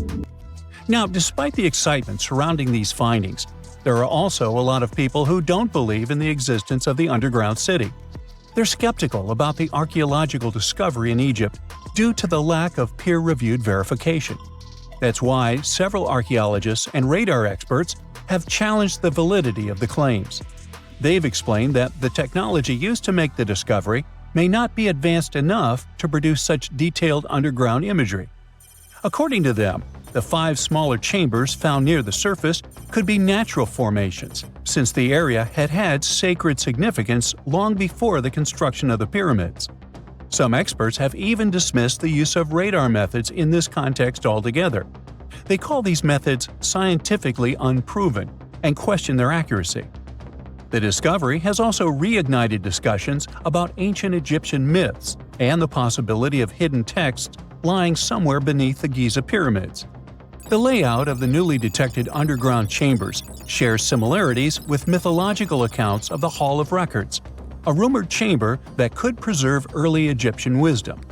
If confirmed, these findings could significantly reshape the understanding of Egypt's sacred topography.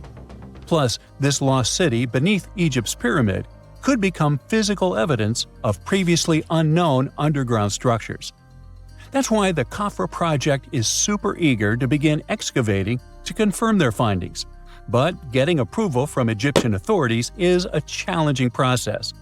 The discoveries still need to undergo peer review before they are accepted by the academic community. By the way, this recent archaeological discovery in Egypt comes on the heels of another discovery involving a weird structure beneath the Royal Giza Cemetery, which researchers believe is unnatural in origin. Archaeologists used remote sensing techniques and uncovered a mysterious L-shaped structure underground in the Western Cemetery of Giza. This area is known to house burials of royal family members and high-ranking officials. Many of the tombs in the cemetery have above-ground mastabas, rectangular stone or mud brick structures with flat roofs. But there is an area in the center of the cemetery where there are no above-ground structures. To investigate this unexplored region, the team used electrical resistive tomography and ground-penetrating radar. ERT works by sending electrical currents into the ground and measuring the resistance to detect remains. As for GPR, it sends radar into the ground and maps the structures based on the radar's return. The team found an anomaly about 6.5 feet beneath the surface. It appeared to be an L-shaped structure measuring at least 33 feet in length. The readings suggested that the structure had been backfilled with sand after its construction. This made the team hypothesize that it could be a mix of sand and gravel, or possibly an air void. This anomaly was classified as a highly resistive structure, which meant it didn't occur naturally. Motoyuki Sato, the study's lead author and professor at Tohoku University in Japan, claims that the structure is not a natural formation due to its sharp shape. Another weird thing about ancient Egyptian pyramids is that historians have long believed that they were built primarily for royals and high-status individuals who had the wealth and power to create such massive structures. However, new research from the archaeological site of Tombos in modern-day Sudan challenges this assumption. The thing is, Tombos' pyramid may have served as burial sites for low-status workers as well as elites. The hard-working members of ancient communities may have found their last resting place in some of the most visible monuments, including the pyramids. Located along the Nile River in the ancient region of Nubia, Tombos became part of Egypt after its conquest of the area around 1400 BCE. That's when Egypt established the site to strengthen its colonial control. Workers at Tombos built pyramids, but those were much more modest than the famous pyramids of Giza. The research team reanalyzed 110 human skeletons from Tombos, originally studied in 2012. In particular, they examined the entheses, the areas where tendons and ligaments attach to bones.